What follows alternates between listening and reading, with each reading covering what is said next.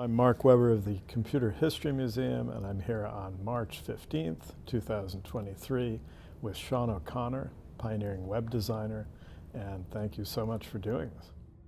Thank you. Thank you for having me. I appreciate your time as well, Mark, and thank you to the Computer History Museum for this opportunity to tell my story. So let's just start. What's your full name and when and where were you born? Sean Patrick O'Connor, and I was born in Bellwood, Illinois, which is outside of Chicago. It's always sort of been a kind of mystery with my parents because a lot of information was left off of my birth certificate. So it's sort of like, mystery man enters the enters the world. So, but yeah. So I basically say I'm from Chicago. So it's nearby. Nearby, yeah. And so tell me, where did you grow up? What kind of neighborhood? Tell me about your family. Oh, great. So I remember Rice Avenue is where I kind of grew up, which was in Bellwood. It was a pretty mixed community in terms of demographics for the time, which was, in the early 70s. And I remember being so young that just the length of my street was my universe. There was a train track that was at the end of the block where the mean old man at the end of the street lived. So that was the area of no return if you went down that way. And then further up the block, it's all my friends and just trees for climbing. And so it was pretty lower middle class kind of neighborhood. My parents both are Jamaican. That makes me a Jamaican or Jamaican by heritage. So my mother is the country girl who came from the southwest of the island in a parish. They don't have states, they have parishes. In the parish of St. Elizabeth. My father was like the city mouse, right? He's the one that came from Spanish Town area, which is near Kingston, but they were both in the south of the island. And I always loved the story about how my parents met. Apparently, my mom had some business in Kingston, and they met on a bus. And it was sort of one of those kind of movie scenes that you would imagine, just seeing in a crowded bus and then being able to sort of work a relationship. Well, my father, they had been seeing each other for a while. My father joined up with the Navy, and he was sent away. That's where he actually learned a little bit of the sort of technical engineering side of his background. And he sent my mother a letter and saying, "I'm going away, but I really love you, and I hope you'll wait for me." And she, the mail system in Jamaica, a lot of the stuff comes in, by donkey back then, right? So into some country areas where my mom is from, and the letter did get delivered, but it fell behind a dresser. So my mom was wondering where he disappeared to. He just disappeared. I thought we were going places. And so he was also wondering because he's not getting any communication. So about a year went past, and the family, my mom's family, were moving furniture, and she found the letter. She tears it open, looks at it, sees his sentiment, starts to cry, and immediately writes a letter to send off to him, and when he returns, they marry. Wow. So neither of them had gotten deeply involved with someone else in the meantime. Exactly. I think, Wow. I asked my mom, what kept you, and she just said, I just felt like he was the one, But in those days, it was really traditional for the man to make the overture. And so she was from the country, so she had very traditional sort of ideas about how it was supposed to work. But it is incredibly sweet story, and makes me think about, how people meet today online, and a lot of marriages are online. And there's something about just meeting on a bus and the old-fashioned way. But my mother's name is Annette. Neal was her, Annette Rose Neal was her maiden name, and my father was Harold O'Connor. We call him Phil because there's just tons of pet names. Like one of my uncles, Andres O'Connor, on my dad's side. He is known as Blue, So that's the kind of story about my family. And luckily enough, I was born to parents who really strived to make sure that their children had the best possible opportunities. And how old were they when they moved to the States then? When they were just in their early 20s. And so, yeah, I know my mother, I asked her about this, when she first got to the country, she worked for a family cleaning houses, cleaning their house and other properties, until she was able to eventually work in sort of middle management, sort of office controller kind of duties. She eventually worked for Exxon Biomedical Sciences, so the medical bio group for Exxon. And my father worked, as I mentioned, when he went into the military, he was afforded the opportunity to learn a lot of sort of engineering skills, and then eventually went and got his degree in engineering, in electrical engineering. And he was In really... the States or in Jamaica? Both. Well, he got certified in Jamaica, and then the lottery system was very big in terms of being able to get a green card to come to the United States. It still is. It's a very strange sort of, black box of how you get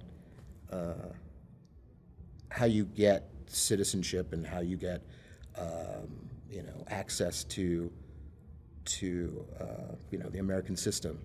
So my brother and I, we consider ourselves walking, talking miracles, because when I go back to Jamaica, I realize how really smart and well prepared people are for higher education and for opportunities, but they're not there.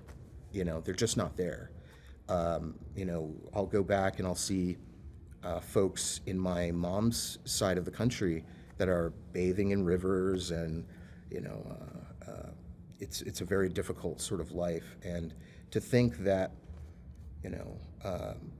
my brother and I went to Boston College, my brother went to Georgetown, that we have been afforded a very, very special gift in life. So, yeah, my father, he ended up working for AT&T, using his engineering background in Chicago. And we left there about when I was 11. Just, I'm curious, from Jamaica though, was going to the UK was probably even harder than the States, right? Because they had a lot of limits, right? That's Because I mean, logically it would, but yeah. interesting enough that you would say that, because England was the, how should we say it, colonizing protectorate of Jamaica and other countries. The history of Jamaica is that there was the indigenous people, the Arawaks. They were conquered by the Spanish. Yeah. In quite that a while whole time of, and then Spain with its wars couldn't really sustain their colonies aside, and it didn't have gold in the way that South America did. But I mean, your father was in the British Navy then, Yes, right? right. But that didn't, or he didn't want to go to the to He England. it was what the opportunity But I'm saying that it didn't. That did not lead to some sort of immigration path to there. England, which No. it very easily could have. We have relatives that are there in England. It's I mean, there was the Windrush program. and with the Windrush program, there was a huge influx. I think along the Windrush program is the sort of forgotten migration that is now only being recognized that happened in England. But during that time, it was, again, the black box of availability and what opportunities came up. And being that he was in the military, and that England and the United States have that special relationship, there were opportunities that came up for people in my family to go to England, to go to Canada, and to go to the United States. So it's basically primarily. which came up Which first came or up better, that you yeah. could migrate to. Most folks in Jamaica wanted to go to England during that time, and still today they're like, I just want to go to England because there's such a Oh yeah, cultural connection. cultural linkage. We play cricket Soccer. and soccer and Yeah, cricket. yeah, and drive on the left, all the same sort of things. But it in really in-depth feeling of kinship and love for England. So I whichever had come up, I'm sure that would have been So that really. yeah. would So have I would be changed the talking with a direction. different accent. Yeah. Yeah. But your brother's younger, older? Yeah, good question. So yeah, I'm older. I'm the first of my family, and my brother is 5 years younger. His name is Brian O'Connor. So, I mean, you speak about the kinship with England and Europe. I mean, Sean O'Connor and Brian O'Connor. Yeah, there was a lot of Irish that came to the Caribbean for own sort of political reasons and seeking religious freedom. Neil, which is my mom's maiden name, that's Scottish, and so Jamaica is a very sort of different social structure than the United States. So, there's a lot of mixing of all the communities and cultures from the British Empire. So you'll have Chinese Jamaican, and you'll have Indian. A lot. That's where all the curries and all that stuff comes from, and England anyway. But yeah, so that's kind of the background that I grew up in. And you were born in the States after Yes. they'd come, and tell me about. And so was my brother. He was born in Chicago. Well, as well. yeah, if he's 5 years. He's 5 years 5 younger. years Yeah. younger. And so, what did you like to do what did you want to be when you grew up? Subjects you liked or Yeah. disliked? So growing up, the earliest memories I had was I wanted to be an astronaut or a fireman.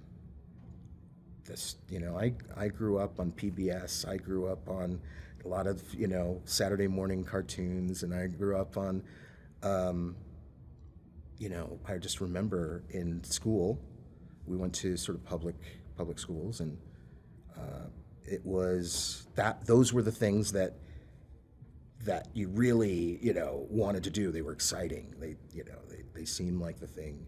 I was always into science fiction and kind of fantasy and art and that sort of thing. So those kinds of jobs were very flashy and caught my eye. I did well in English studies, and then as I grew, we moved from Bellwood, from Chicago, to I call it upstate New York, but it's really just about an hour north of the city. There was a AT&T park, so they called us AT&T brats, where the managers in AT&T would go to wherever they were transferred, similar to like the Army, right? So my brother, my mother, our dog, and my father, we packed everything up and headed out to an area just north of the Tappan Zee Bridge called Spring Valley, New York. And you were 11 then? Or? 11, yeah, 11, and then so about 12, is when I then started. I think it was. I can't even remember, 4th, 5th, 6th. I don't remember that age, right?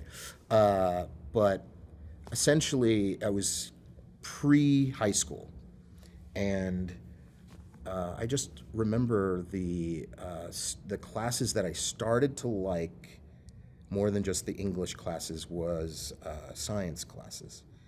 I loved biology. I loved the earth sciences and those kinds of things.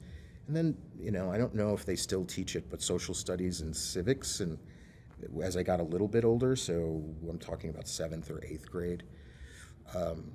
So those were kind of the formative years and all that good stuff. And you said in Illinois it was a mixed neighborhood Oh, in terms good, of yeah. race. But I mean, what were your experiences of race or ethnicity first in Illinois and then later?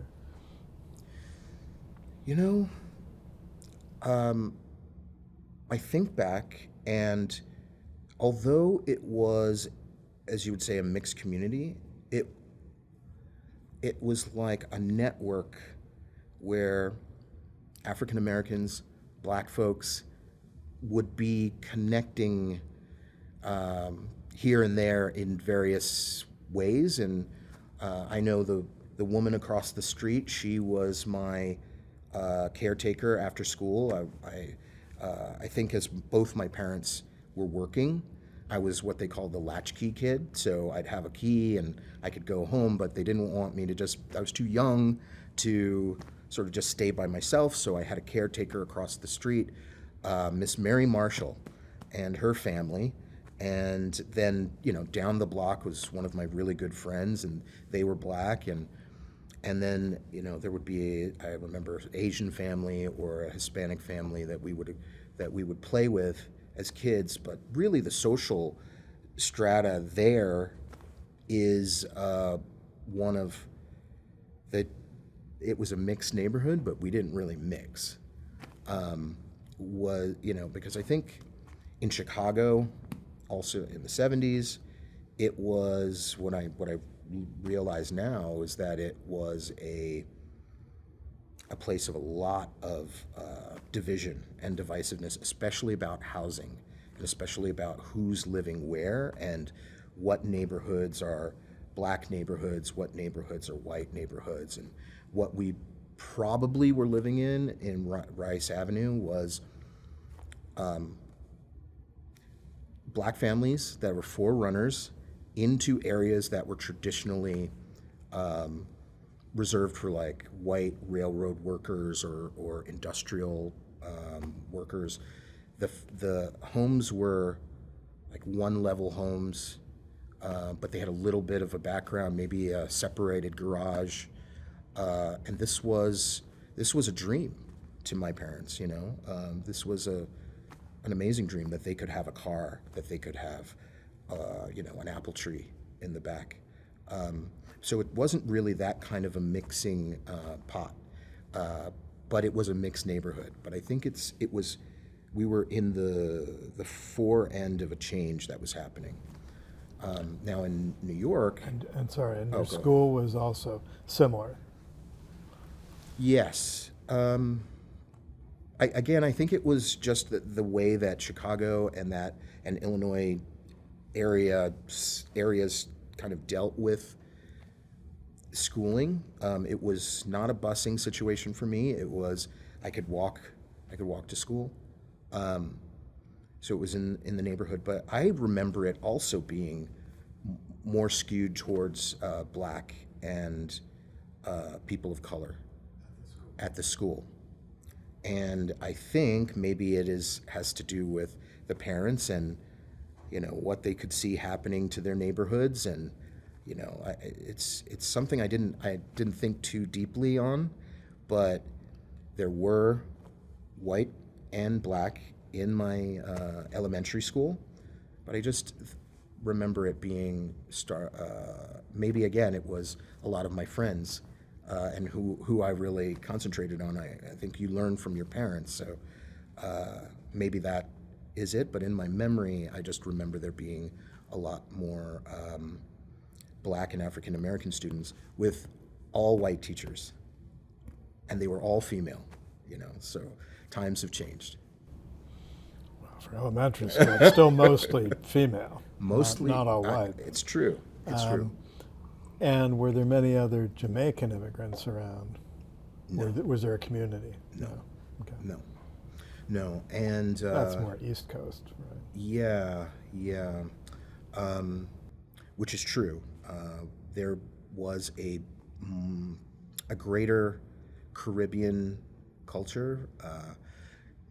I wouldn't say that, growing up when I moved to New York, there was a big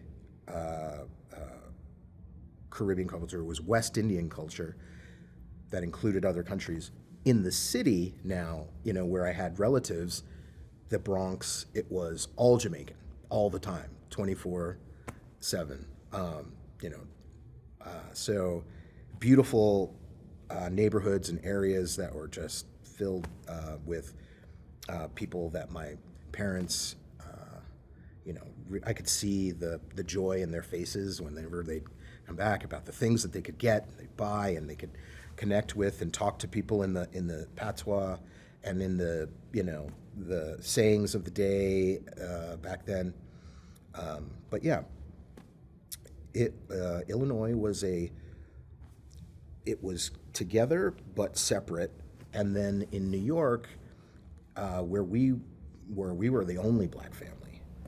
At the AT&T sort of. The AT&T. town. So it was that community was very much a kind of upwardly mobile, decidedly white community.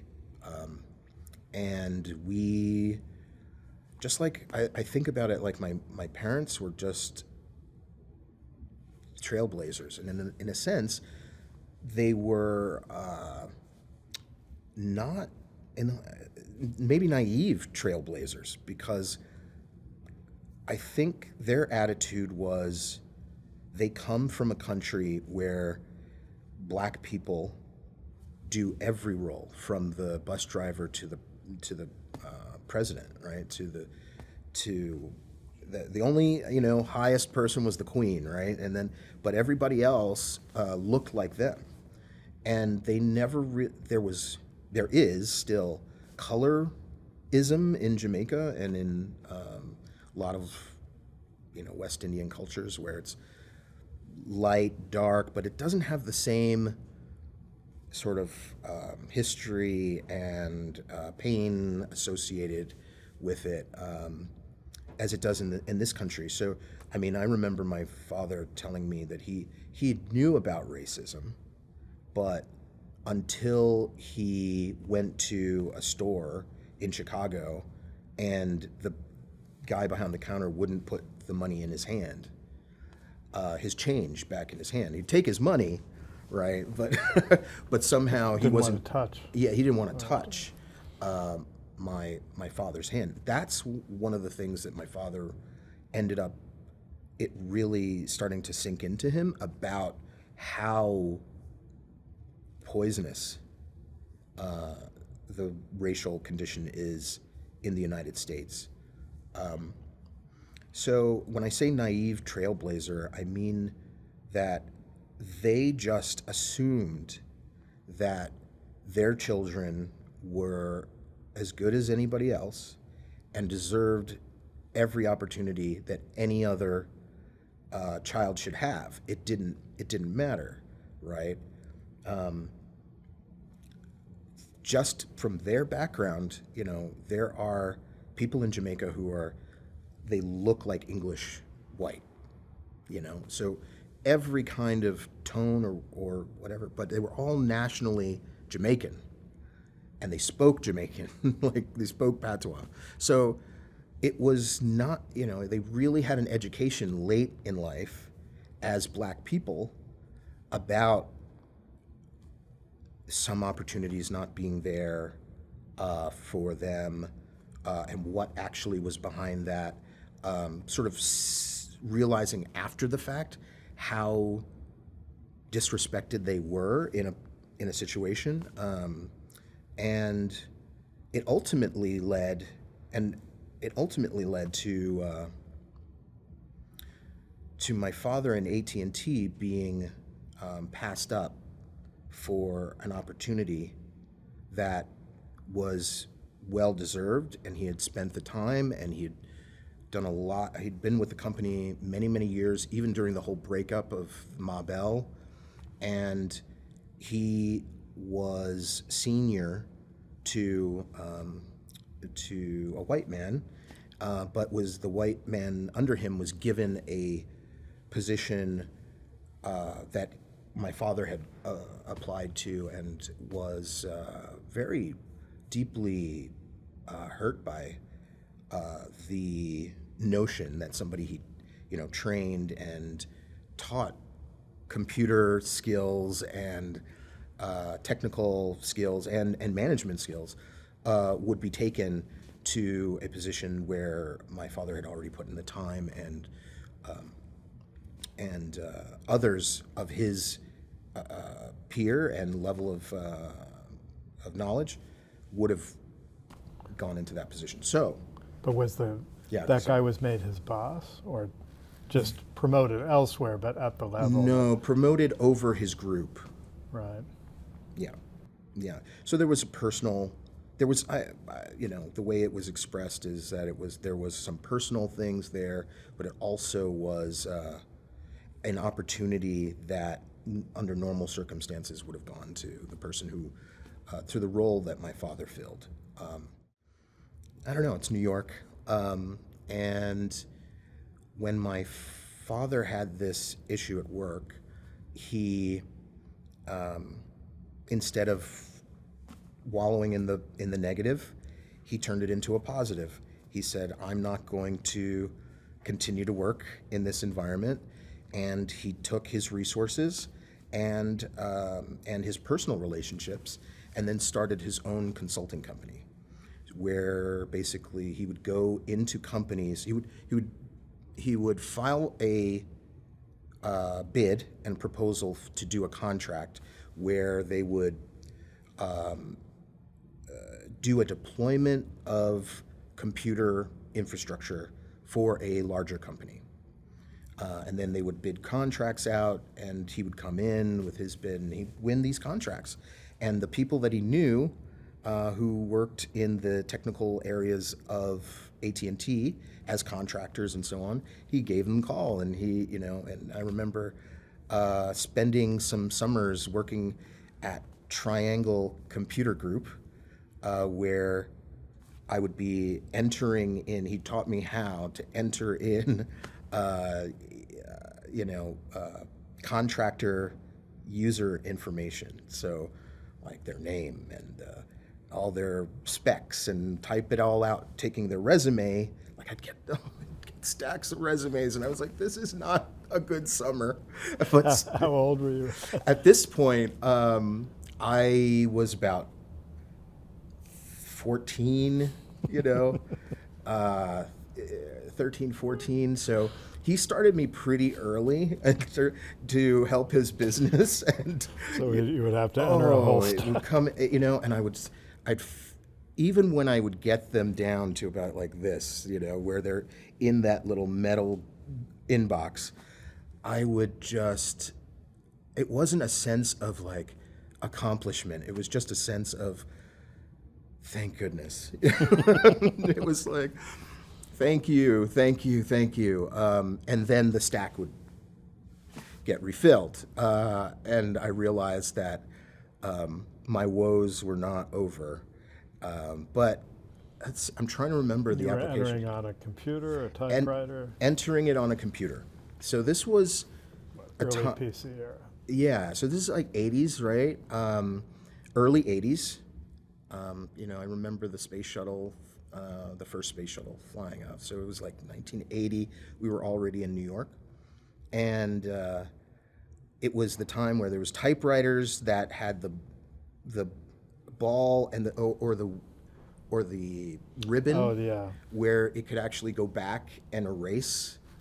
That was huge technology back then, right? Because I, by this time, was writing book reports and things like that, and we had a giant machine that just sounded like someone was playing drums, when you're just tack, tack, tack, tack, tack, tack. Oh, with the printer that had that ball. Yeah. Yeah, the printer that had the ball, or the the typewriter that had the Impact printer, tape. right? They were almost like discs like this, and then they'd have a ribbon that went across it. So it actually looks more like some of the toner cartridges that they had today. But it would type the letters in using the ribbon, and somehow you could erase it. I don't even remember how, but it was great technology during that time. So computers were still very early and very uncommon. But because of my father's background, my mother taking jobs at this point as a typist. So she learned along the way and stopped cleaning houses, and then moved into sort of secretarial and clerical work. So she would take on, to make extra money, typing up lawyers' briefs that they would give her, legal sheets, and then she'd stay up late with our typewriter, and new technologies like the dictaphone, where she could use her foot and it was attached by a wire to her earphones, so that she could step and it would go backwards, it would reverse it, and she would step, and so she would be able to hear what the lawyer was saying, and then she would type it up, and that's how she supplemented her income. So both my parents, in a way, were not afraid to try new technologies, and my father had resources to be able to have computers that were, the big CRTs that were like connected to the keyboard, those kinds of machines. So they were like old compact machines and other types. And that was your first exposure to computers, or I had would you have to played say video games before that? Yeah. So yeah, absolutely. Great questions. So I think that the first experience that I had with computers was not with a computer. Basically, I was rummaging. This was in New York. I was rummaging through my parents' closet. The homes in New York, they were a little bit more upscale. They had multiple floors. We had a fireplace, and a walk-in closet. And I was fascinated when, like I said, I had a very sort of imaginative side to me. So I would go into their closets and kind of like explore, and it would be like my submarine or it would be like my rocket ship or something. I found a box one day, and I'll never forget it. It was a box like about this, right? And it was red, and it was not the size of a shoebox, but I couldn't figure out exactly what it was. And it had a lid, and you could take off the whole lid. And I did, and there were just these slotted cards. They were oak tag in color, and I pulled one out, and I was looking at it, and it had like these little, when the Florida election with Bush and Gore, and they had the hanging chads. So they were just that same sort of like rectangular punched holes, and there was just so many of them. Because you imagine if the box is like this, and they are thin as paper, and they were all stuck in there, and I'm like, okay, pulling them out, what I could do, play with them, so on. They had them all sort of spread out in front of me, and my dad walks in. Oh God, you had messed up the order. Exactly. He said, "What are you doing?"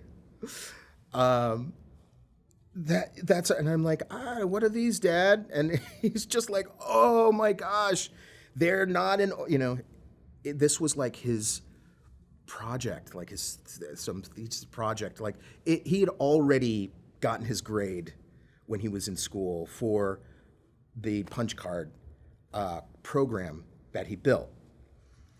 So that's how like deep he was into it. He built But this was, he had already graduated. He had already graduated. But he still didn't want it all messed up. He didn't want it messed up. No, imagine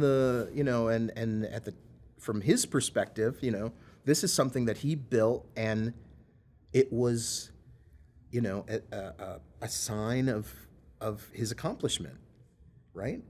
So he kept it. He's years later, right? Like in a box, never touched, so it was all in order.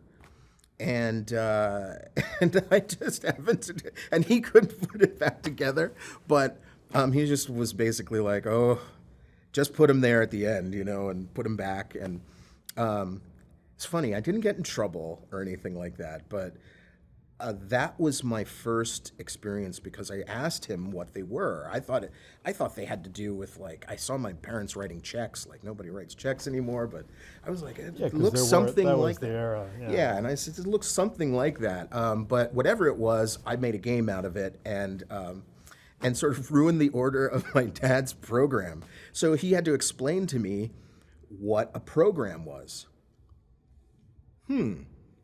That's really interesting. Hey, that's pretty cool that you could make something that represents something else.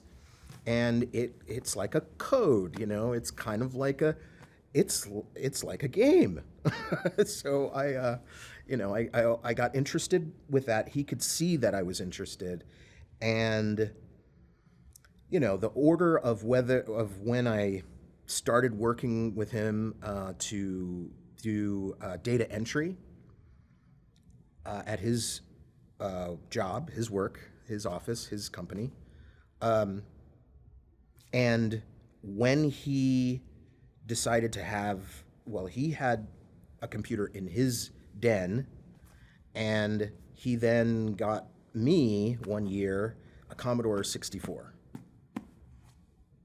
So I had been playing with his computer that he's using for business and tax purposes and all sorts of things.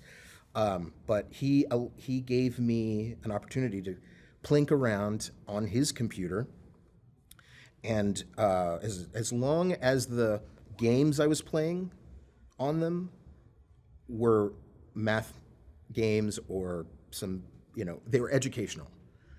So I remember going to like Egghead or these standalone shops. People think, oh, well, you get a program, you download it. Yeah, downloading it was going to the shop, a physical location, and going through all of the boxes and things that were there. So you'd get the box, and there'd be, the five, whatever, in the 5-inch,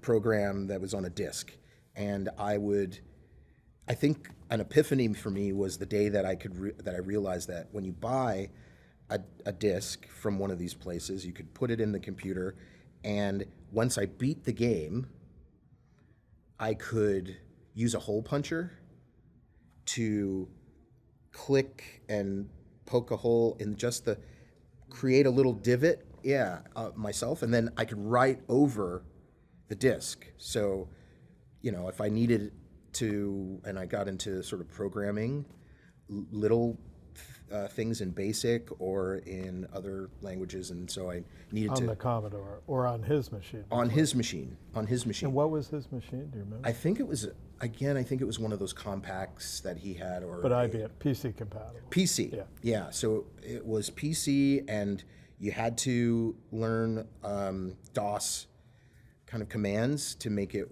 work, and to write things to the disk.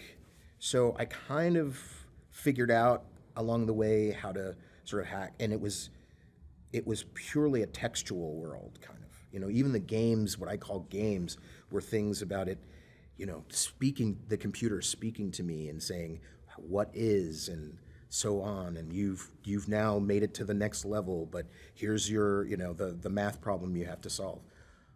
It was all text, was not, putting graphics on there was only two Well, the colors. Commodore brought that in. The Commodore brought it in, where it was definitely a step above, where graphics, moving animation, I could write in BASIC on my Commodore, and I could get I remember it was a hot air balloon, about this size, and it would be able to move on the screen where I wanted it to. Like, I'd write the program, and I would get it to, and I could change the depth of the page where it like sits, and how it would move. And then I just tried to figure things out on my own about making changes. Oh, so if I got this, maybe I could change the color, and I would just play with things, and I would see, oh, if I could just make the top of the balloon one color and the bottom of the balloon a different color, how would that work? And I just trial and error. And I spent a lot of time with comic books and with my computer. And this is still like 14 or so. And then, and my dad, I remember, got me, for the Commodore, one year for Christmas, he got me a plotter printer, which was, not as cool as the dot matrix printers that everybody else had, which you could have type letters coming out of there. My reports could come out of there with the those pins and the paper, the reams of paper that have the edges that were perforated, that had the holes in them that you could feed into it. He got me something that was a plotter that is actually, now that I think about it, more super cool. It was more rare, and it was a printer that could do geometric shapes. So he was pushing me towards geometry and more sort of what he considered mathematical stuff. He was, he was an engineer. Had he done CAD and stuff like that, or technical drawing, probably? For technical drawings, because of his engineering background, more Right. for what I realized later were schematics for boards and for electrical systems. Right, because he was an electrical engineer doing designing. And the around this time, an opportunity came up in New Jersey, and some family was already there, and we moved right in my high school year. So again, kind of it was pick up stakes and move the family. And so we moved to Somerset, New Jersey, which is still about an hour outside of the city, if you're heading towards the Holland Tunnel, and really close to New Brunswick, which is where Rutgers University is. And I went to a all-male Catholic school at that point. So again, my parents were just like, we want the best for our kids, and this was the education in the public system in that area was not to the quality that they wanted. And so I went to St. Joseph's High School with the Brothers of the Sacred Heart, who had the tassels. You know, they'd spin their tassels and they'd have what I always, call dresses. I was like, oh, they're wearing dresses. They'd have their black pants underneath their robe, and they were Jesuit. And they, it was a strange experience for a young person to go through at 15 and 16. It's just a kind of odd situation where you have this history of education that the Jesuits have, but also a very sort of strict and like we're different than the public schools where you are. I mean, I was told in that school that we are the leaders of tomorrow, like that this school is preparing elitists, that because you're here, you are on track to be a leader in society. That's what they told us, and it was in the 80s, and we were young kids and we believed them, and it was the threat of Russian nuclear destruction, which was pervasive, and so it was very much like your role is to defeat communism, and multiple times the teachers would talk about how the aim of communism is to rule the world. It's very conservative in that way, and I could count on maybe 1.5 hands how many black boys were in that school. And that was difficult at times because any racial conversation that would come up in school, I mean, even for the time, it was very, I'm trying to express it, almost too personal in a way, because it's all male, and the time period, it was just sort of like there is no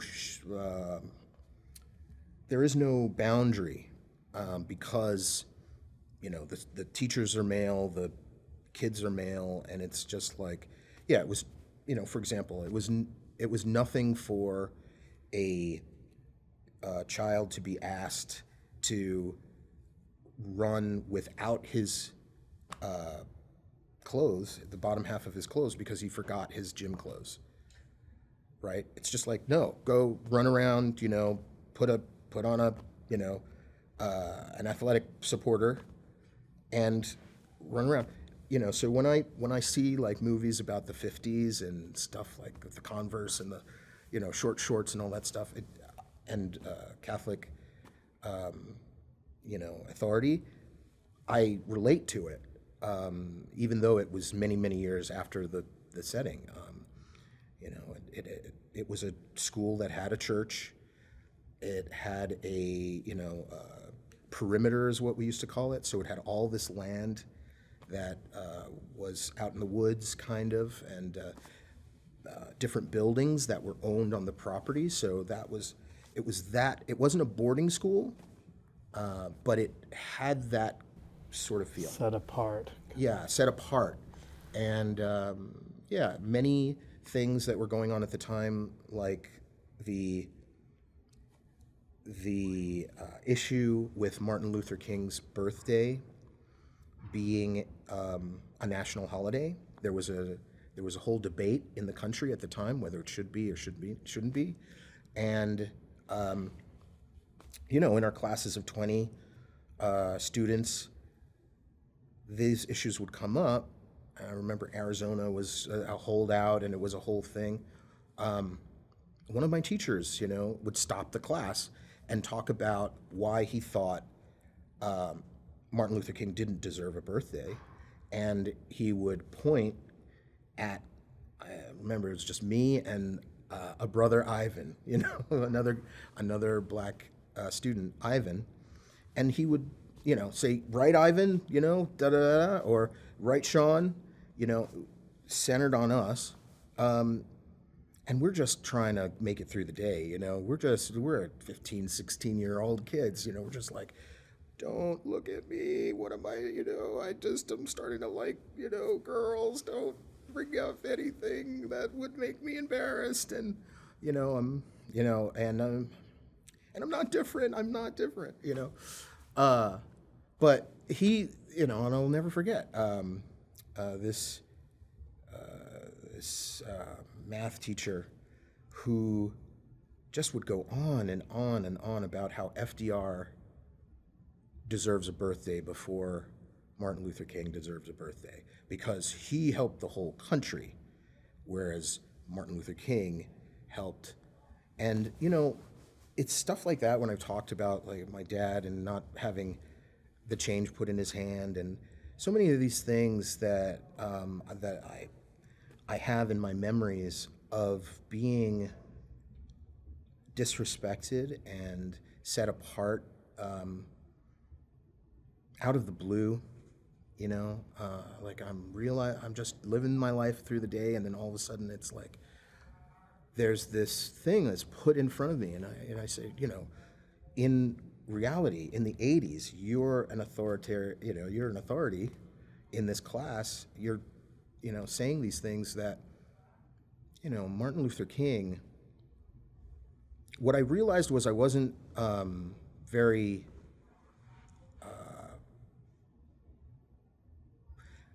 able at the time to articulate how offended I really was.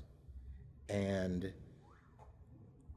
what I've realized, even just as I went into college years, right, was that someone like Martin Luther King, who helped a community, helps us all, right? Because then America is living up to the full, the full promise of its creed and the dream of what America is supposed to be. And I think it's the people who end up being marginalized, who still love this country, are the ones that really sort of understand when rights can be taken away, how precious they are to have. And so many experiences like that I experienced through school, so high school. So I did go deeper into my fantasy life and drawing and graphics and art and, again, comics and music. When I started to discover music, I really got deep into that, and my friends, and just having really close-knit groups. And that continued in terms of how I started working with computers. So they had classes in St. Joseph's on Fortran and on Cobalt, and so I took those courses, and meanwhile I'm still working with my dad's business. His business, he stayed in business for a good time until he wasn't able to physically because he ended up getting very sick.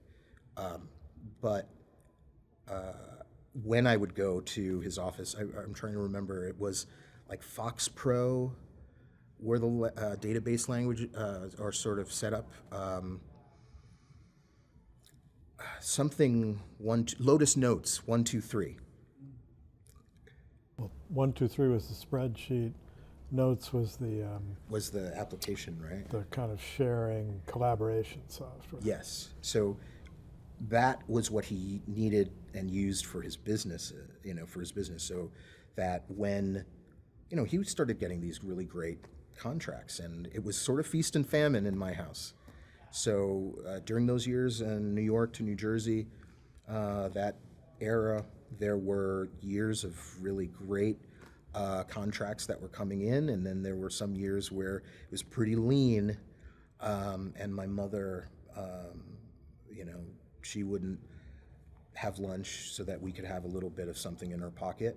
I know a lot of people have that experience, but the love of a mother, love of a father, on doing the best that they could for their son or daughter is what I lived, So I stood on their back in terms of like being able to explore the things that I thought were interesting and I had a mind for. I was always a child who liked graphics and graphic design and drawing and writing, and which I have to admit caused somewhat of a little friction with my dad, who was more of the engineer and wanted his first son to be more into mathematics and so on. But as far as math went, it wasn't my true passion.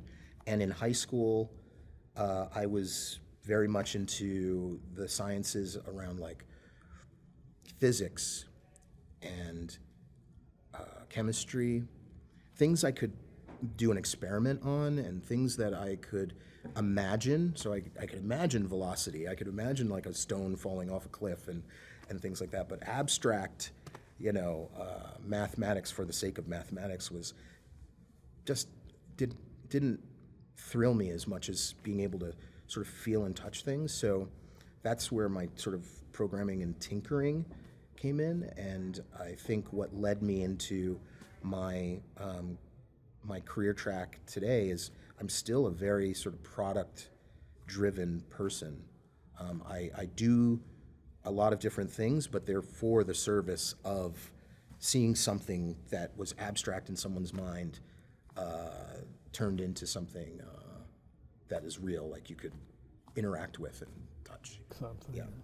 But did you take art or design type things in high school or that?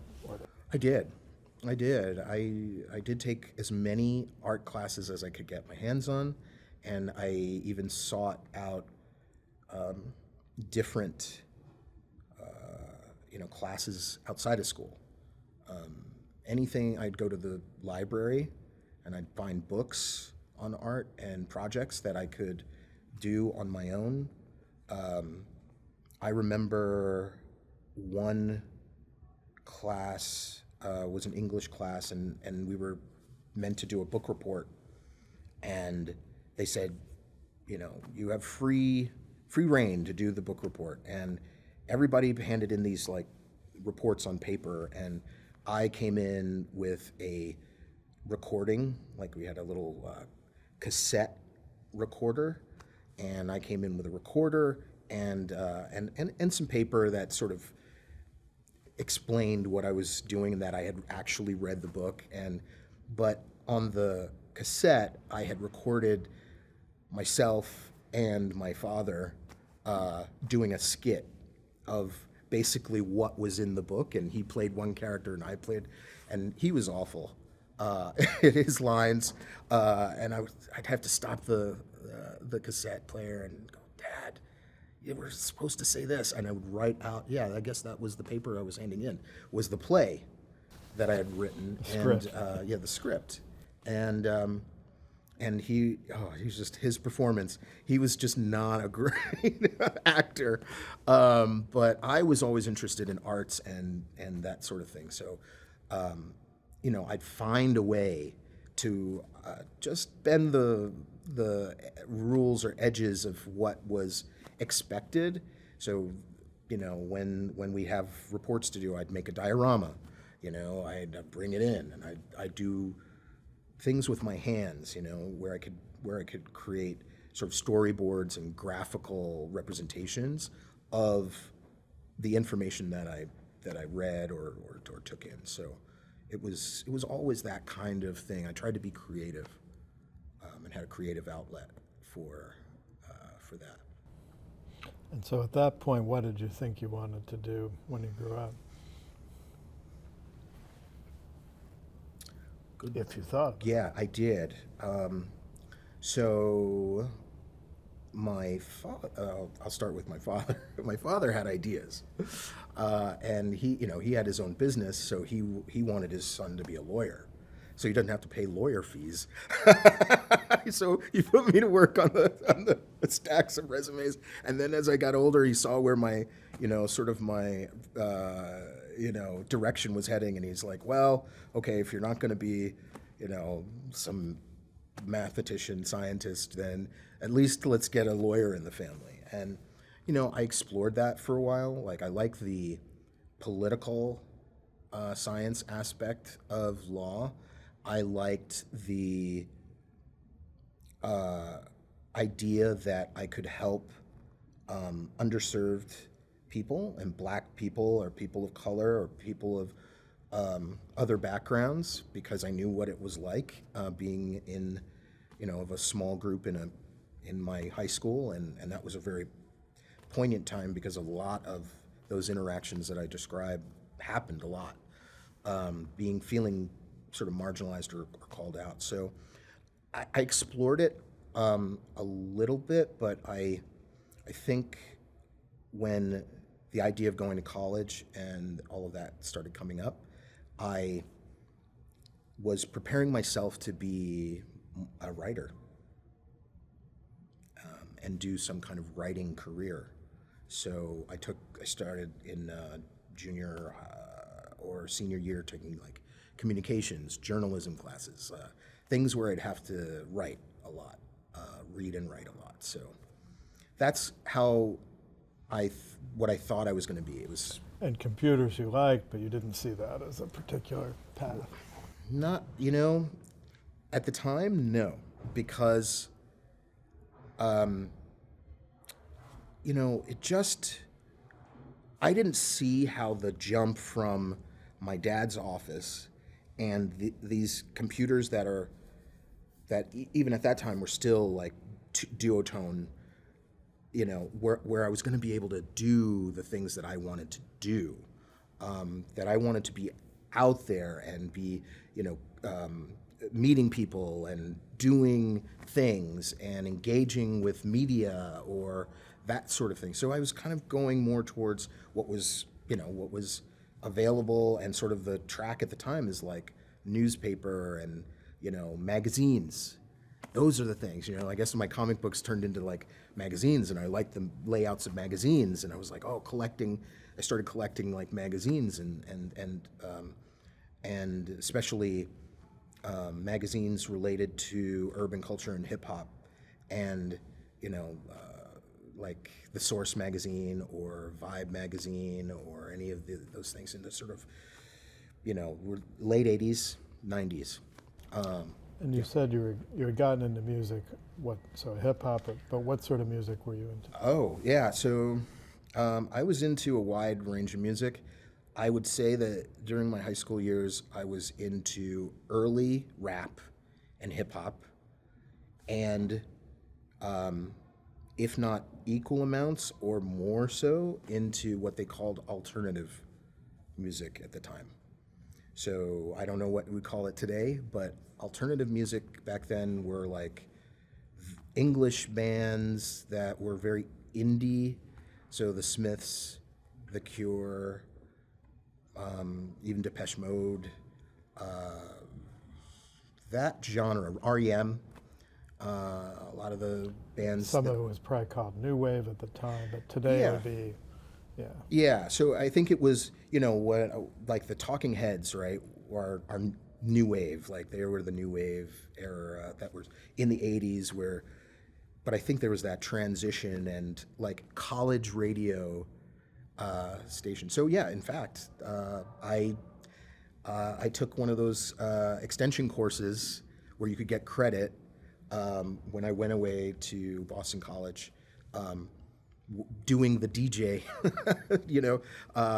school radio as one of my creative outlets, right? So I knew it was something in media that I wanted to do. I was just sort of feeling my way out there, but I couldn't really see how the stuff that I did of all those resumes and all that very dry details, and even the programming that I did wasn't enough for me. I wanted to do something that I felt was more like art and more media related. So. And what year did you go to Boston College?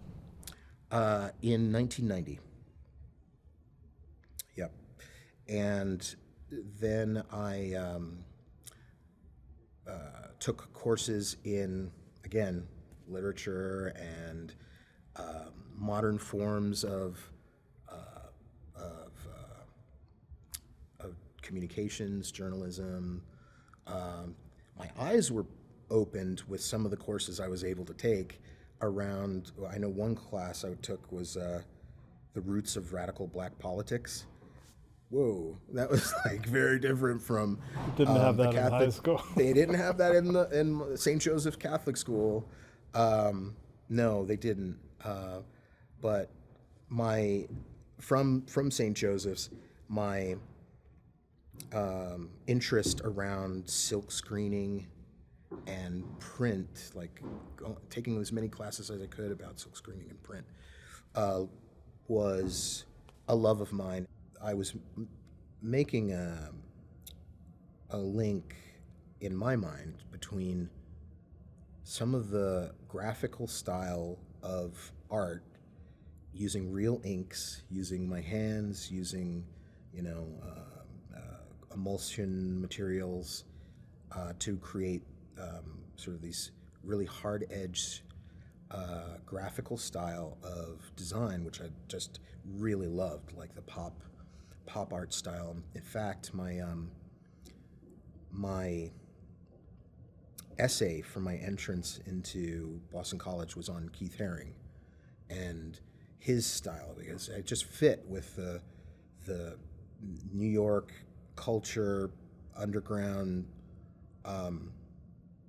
sort of apart kind of feeling that I had coming out of high school in a lot of ways.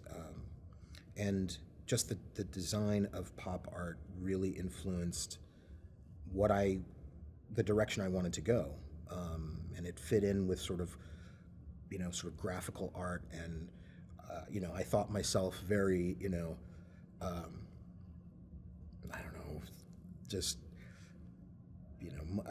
a quasi artist, a nouveau artist, because I go and hang out at coffee shops and look at magazines and talk with my friends about how, all we were missing was like the beret tilted to the side. We were just so intellectual and cool, right?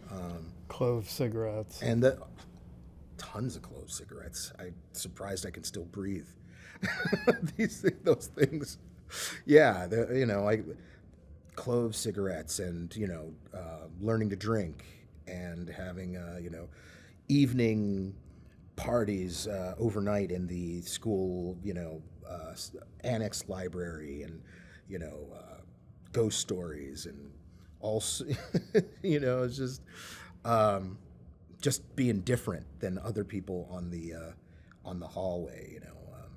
It's kind of funny because I had a partial scholarship to go to BC, and when I got to campus, there was just a pervasive thing that if you're black and you're here, you must be on a athletic scholarship. They're like, "What sport do you play?" before they'd ask me my name, and so and like my first day, I made a bunch of friends,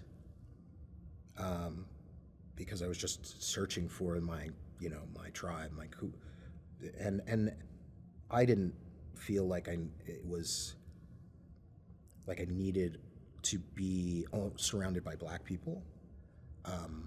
There were those sort of enclaves of the black students, their union, and our union, I should say. But I did still feel apart from that because the music I listened to, the sort of style of was very English, and I had the Jamaican background, so I was a little bit like I didn't have the sort of Southern roots that a lot of my black peers did, and as I said, I got this partial scholarship. So even the first day, when I was sitting talking with a woman, who we were freshmen, and she's a white woman from New Hampshire, in my dorm, out the window, because we were sitting on the curb outside of my dorm, out the window. This was one of my like first or second day there. Someone yelled out, "Nigger lover."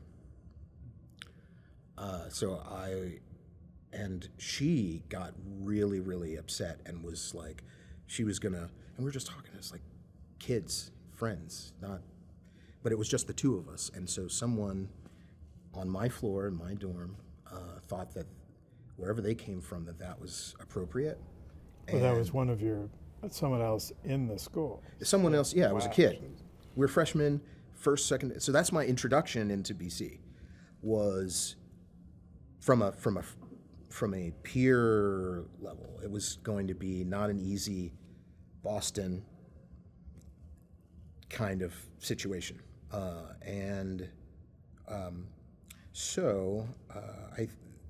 the connection between the silk screening and so on, and the school that I was in, and then coming into Boston College and Boston in general, and sort of, I would think that it's actually much more, at the time anyway, it was much more of a stratification between the haves, the have-nots, the black and the white, and the this or the that, and the school being where it was located and separated from communities that were black in the city that were just impoverished, was a very stark sort of like reminder of like the social systems. So being able to take things like the roots of radical black politics, or what's the other class I really enjoyed was deviance and social control.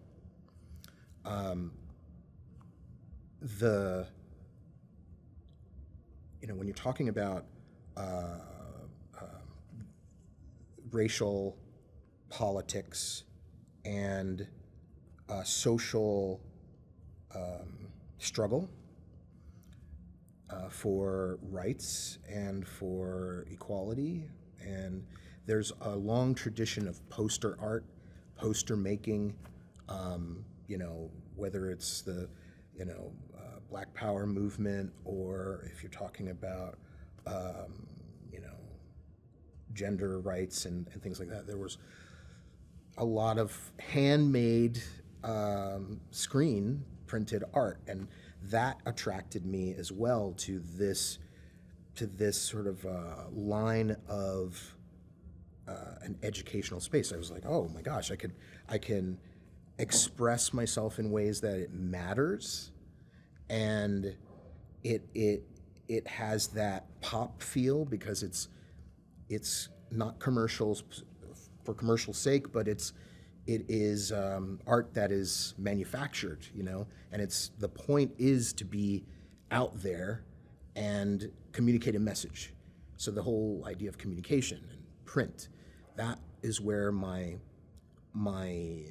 experience started to really sort of draw me. Now, along the, so I had this balance of conservative, traditional European American history sort of line of education, as well as points here and there where I could expand my mind and understand what led to some of the feelings of some of the teachers that I dealt with, and the brothers that I dealt with in St. Joe's, and other points in my life where there was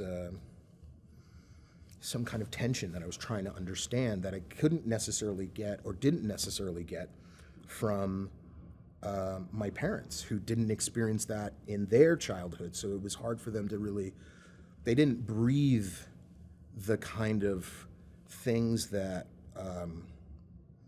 they didn't breathe the air of American social constructs in the same way.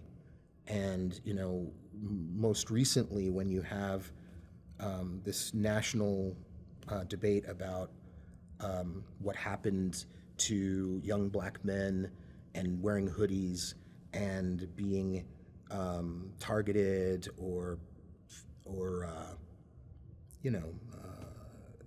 the many cases of police violence, that the conversation of the father and the son, or the mother and the son, and saying, this is what you should do when you have a encounter with, and keep your hands, on the wheel if you're driving, and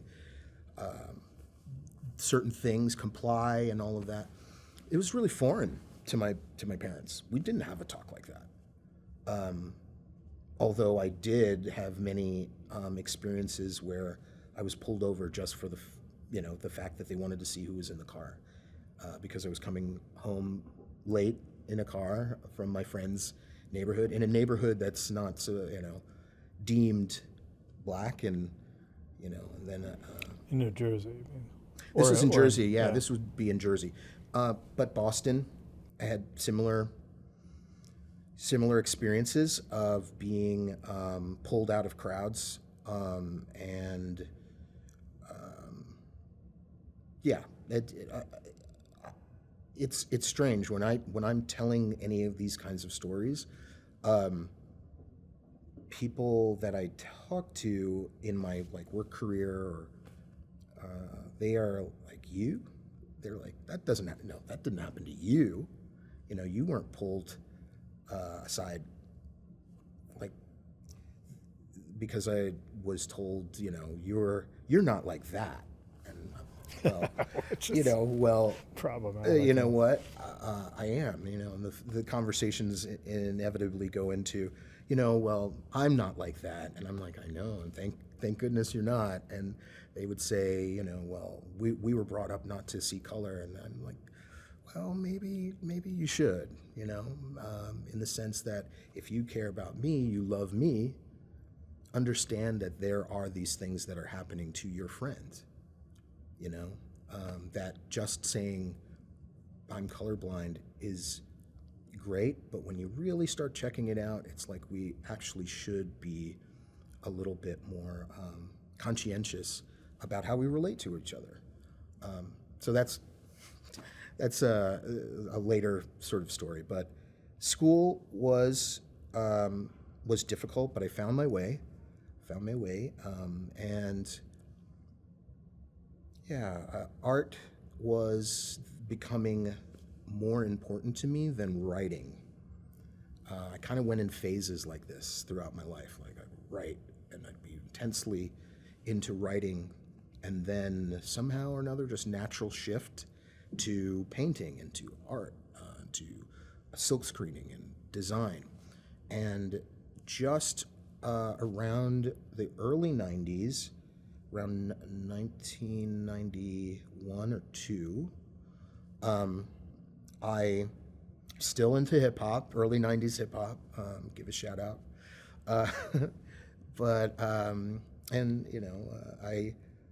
I started to invest my time into design using silk screening by getting a job, even while I was in school or in the summers, for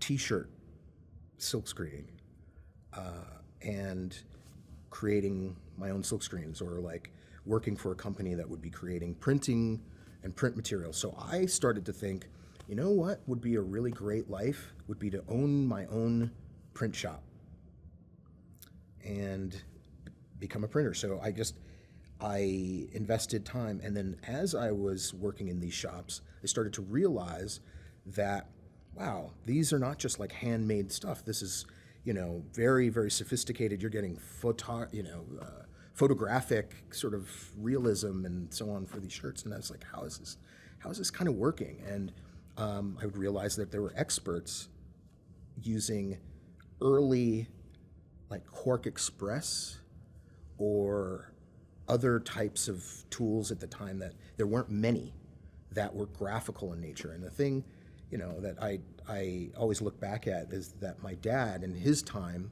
he saw computers as as the card punch, like as the thing that you would use to enter data or create a program that would answer a very difficult mathematical problem.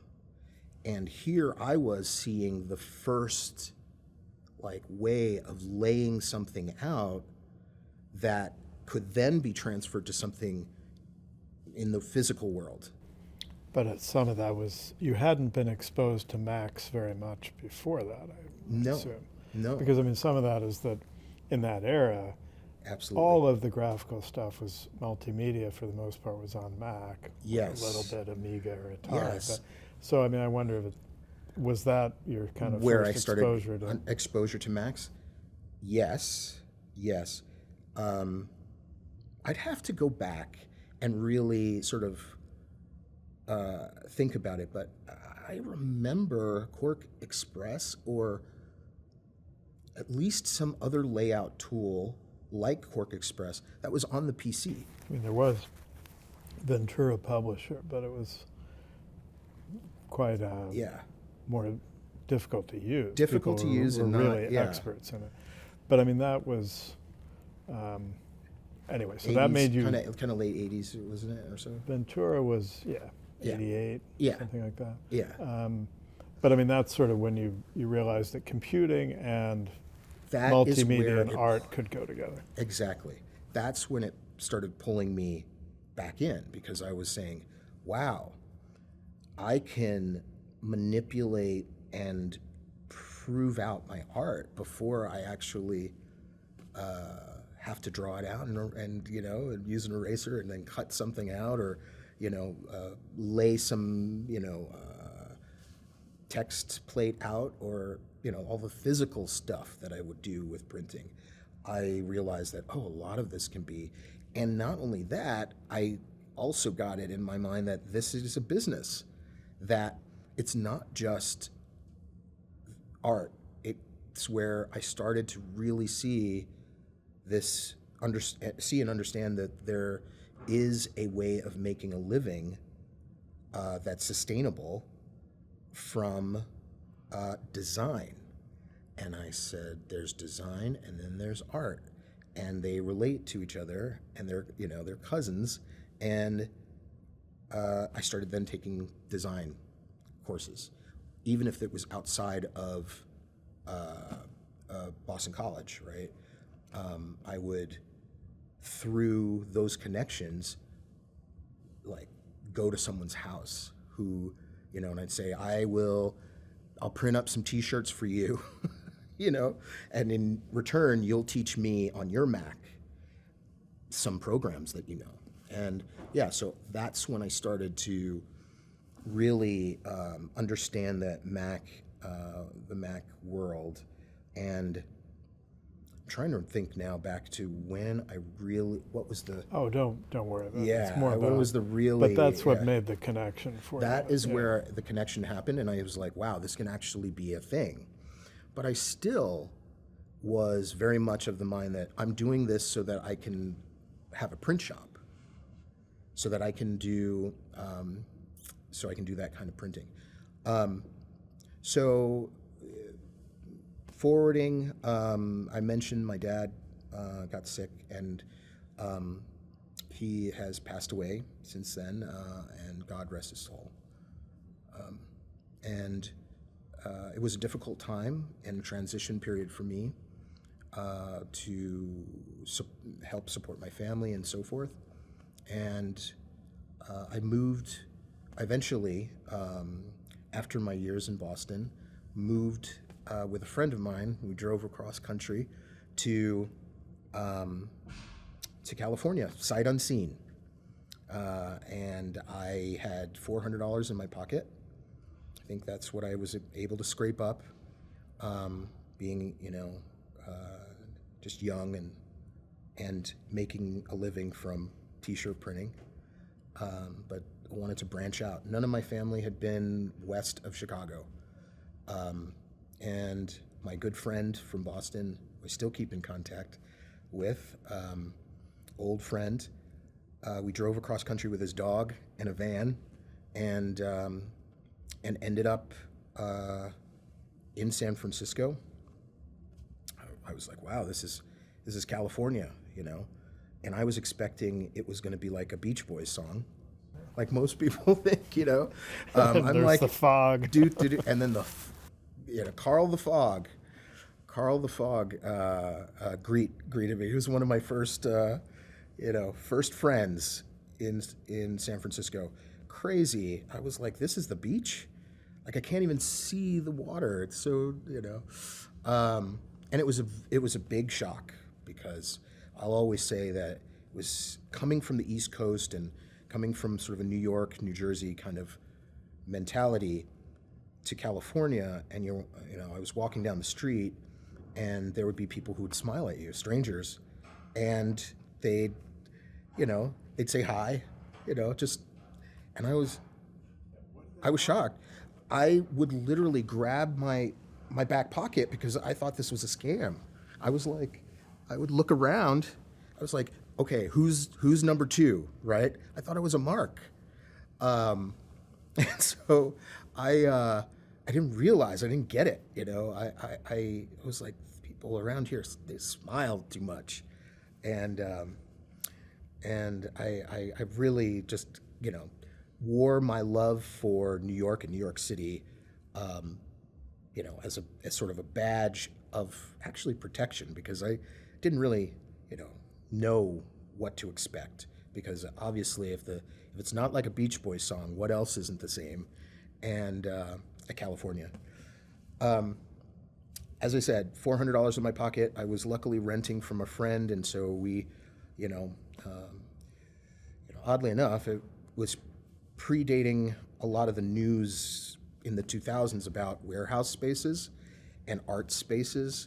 So I'm going to admit, if my mom sees this, that her son actually moved into a warehouse space that we had to build our own rooms, and part of that $400 went to a hot water heater, like those little small hot water heaters. We did Home Depot runs all the time, and to supplement my income, I discovered the San Francisco car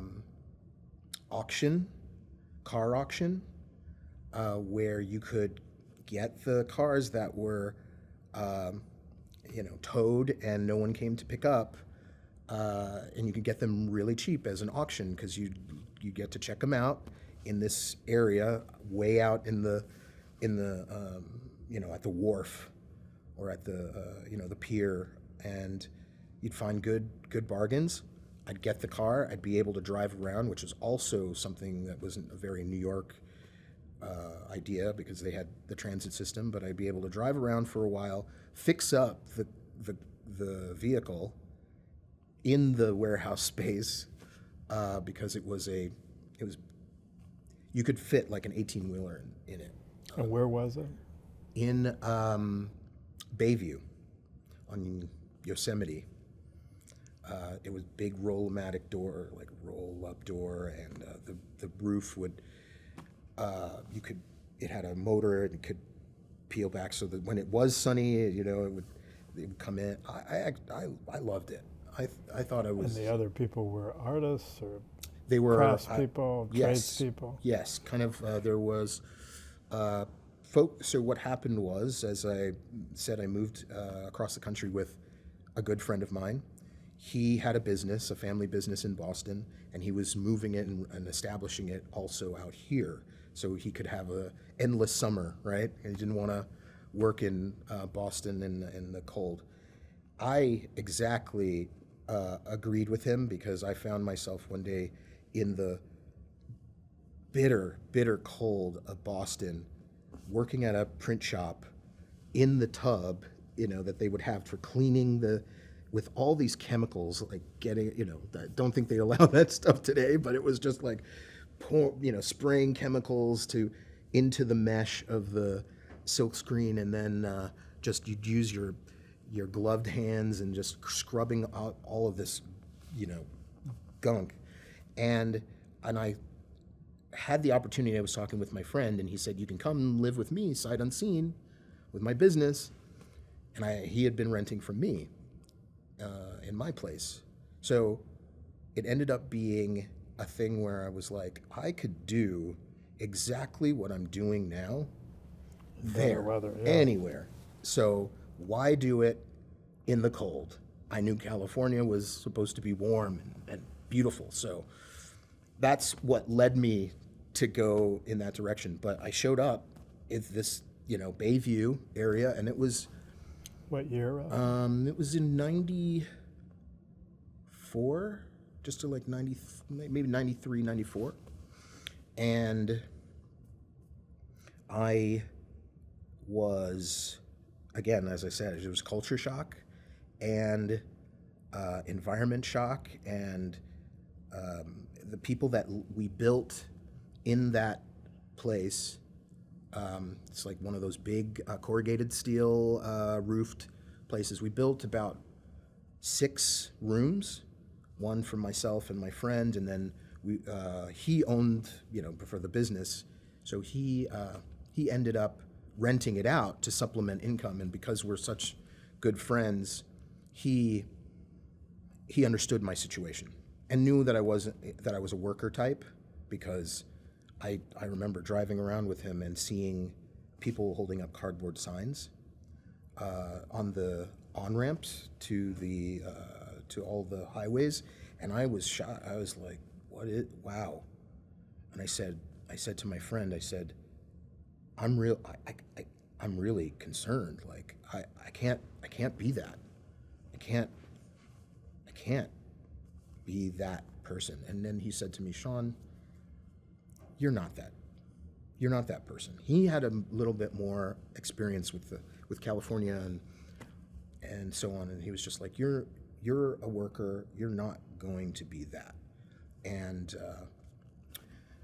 it pushed me. So I remember on 3rd Avenue, or is it 3rd Street? Third Street. Yeah. 3rd Street. 3rd Street was not. It didn't have the Muni there at the time. It was very separated from San Francisco proper, and it was very black because of the decommissioned Navy bases were turned into public housing. And out there, it's all these warehouses that separate the projects from San Francisco, and there was no real great transit going. There was no underground, there was nothing, so that the life of the area was very sort of insular. And I remember moving into this place, and at night you'd just hear shotguns going off. You'd hear spinning donuts, because at 5 o'clock everything shut down in the warehouses, and we were out in the Badlands. There were dog fights and all sorts of things going on there. really was an eye-opener about what I thought California was, and then actually how kind of rough and that there is that element that's there as well. Yeah, and we had, because you asked what types of folks were there. Yeah, and I'm thinking, the connection, somehow you connected to the south of Market, South Park kind of scene. Yeah. But, yeah. Right. Okay. So we'll do that bridge, right? So, leading up to that, what I was saying is the people that we lived with and that kind of environment, we had folks that were using acetylene, oxygen acetylene welding, and were doing like art pieces of welding equipment, while at the same time trying to fix motorcycles and stuff in there. And we had people who were doing print work and so on. So we kind of kept it so that it was a real sort of tinkerer community. I, as I said, now had about less than $100, and I walked up and down 3rd Street and the back areas there looking for work. Wherever I could walk in, I would just say, "Hey, I'm ready to work. Here we go." I'm here. I've only been here a week, and I'm just walking the pavement and going into each individual place. Eventually, I happened to go by one of those corrugated warehouses in my area that was in walking distance, and I saw giant silk screens and I was like, I can do that. They were like big, and so it turns out it was Rob Murray Printing, and they were industrial. So they weren't T-shirts, but they were like taxi tops and bus shelters and sides of buses, and those needed printing too. And I knew enough already about it, and I'd been working. I knew the chemicals, I knew the stuff. But I still had to learn about vacuum presses and different types of tools. They had the same thing.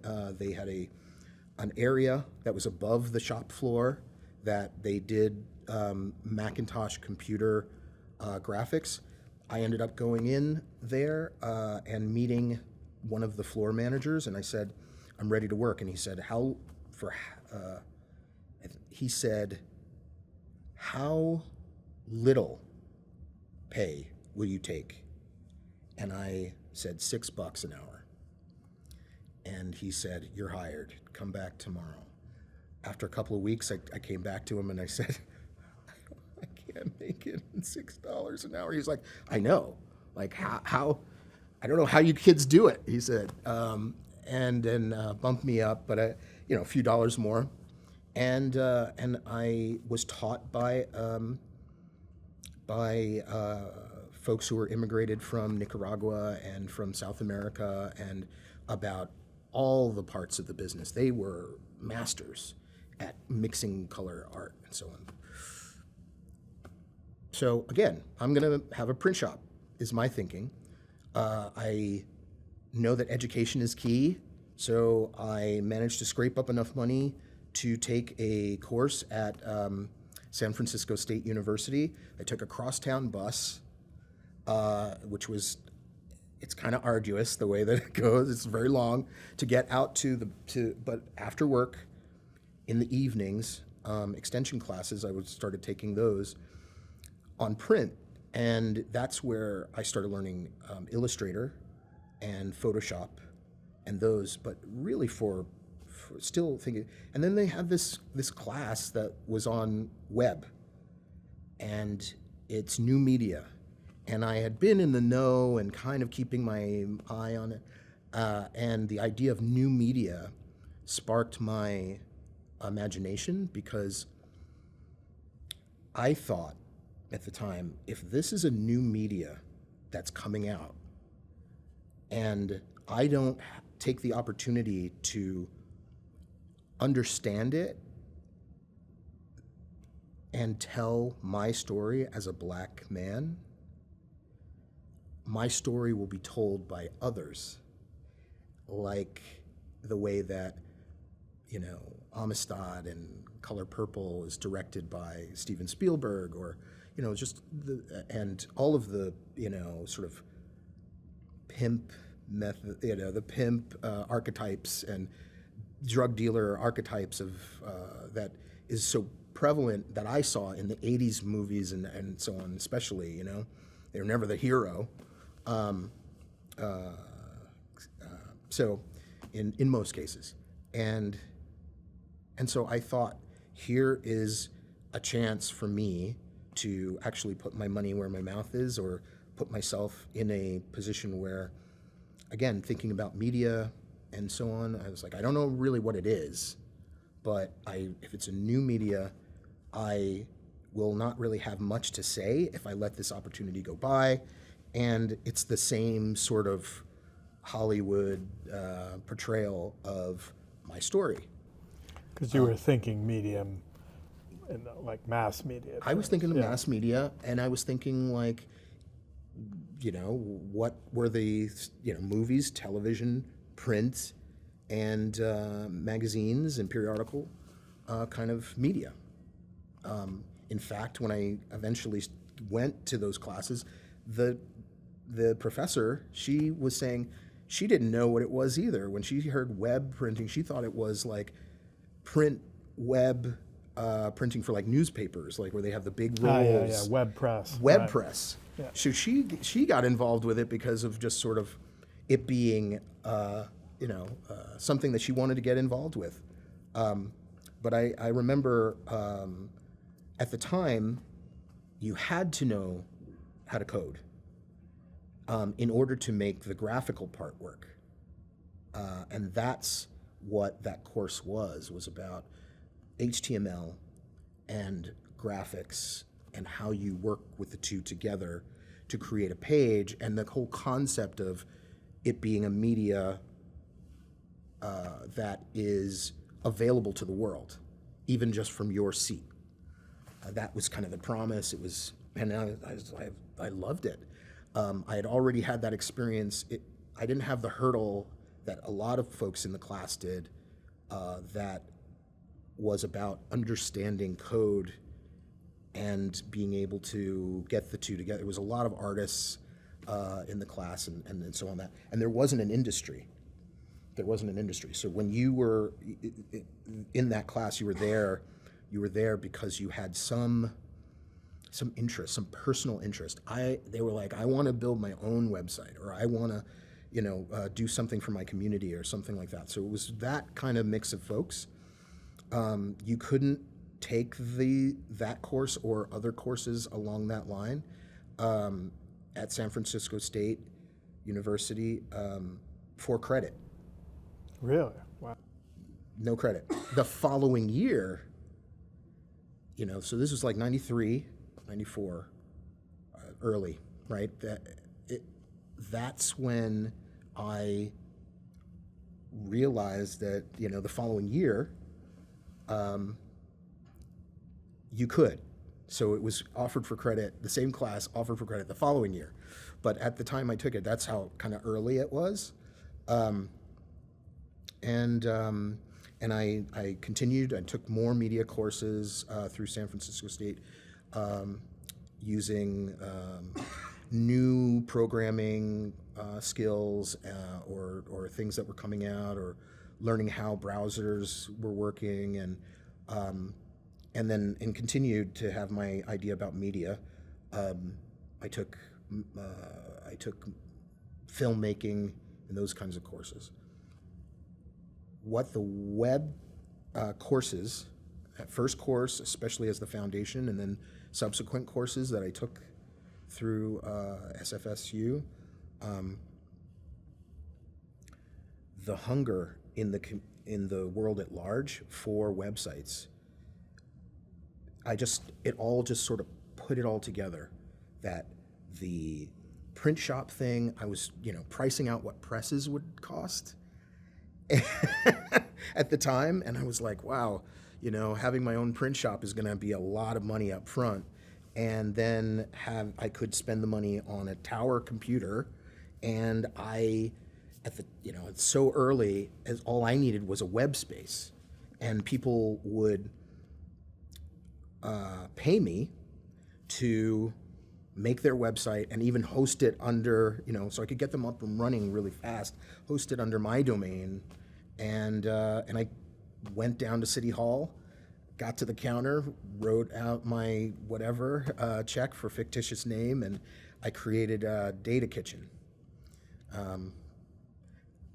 I thought, I guess, I don't know, at that time, I enjoyed cooking and having and pulling things together. So people used to call me chef, especially because we were living pretty meagerly in the warehouse situation. And I would whip up these dishes out of just like, just little things here and there, shout out to the Rainbow Grocery, just putting stuff together. And I looked at it as code, kind of in the back office, and you've got what's up front is sort of the meal you're making, right? Like, and you're serving people. They call it servers. So I was like, okay, I was like, okay, so it's a Data Kitchen, and put that together, and that was my domain, and my company, right? And basically, I never looked back. I realized that the career that I thought was like way in the future just kind of found me, and I started taking on clients, and I've never left the internet business. Yeah. And who were some of your first clients? What sorts of places? Oh, good. Yeah. So there would be a lot of lawyers early on.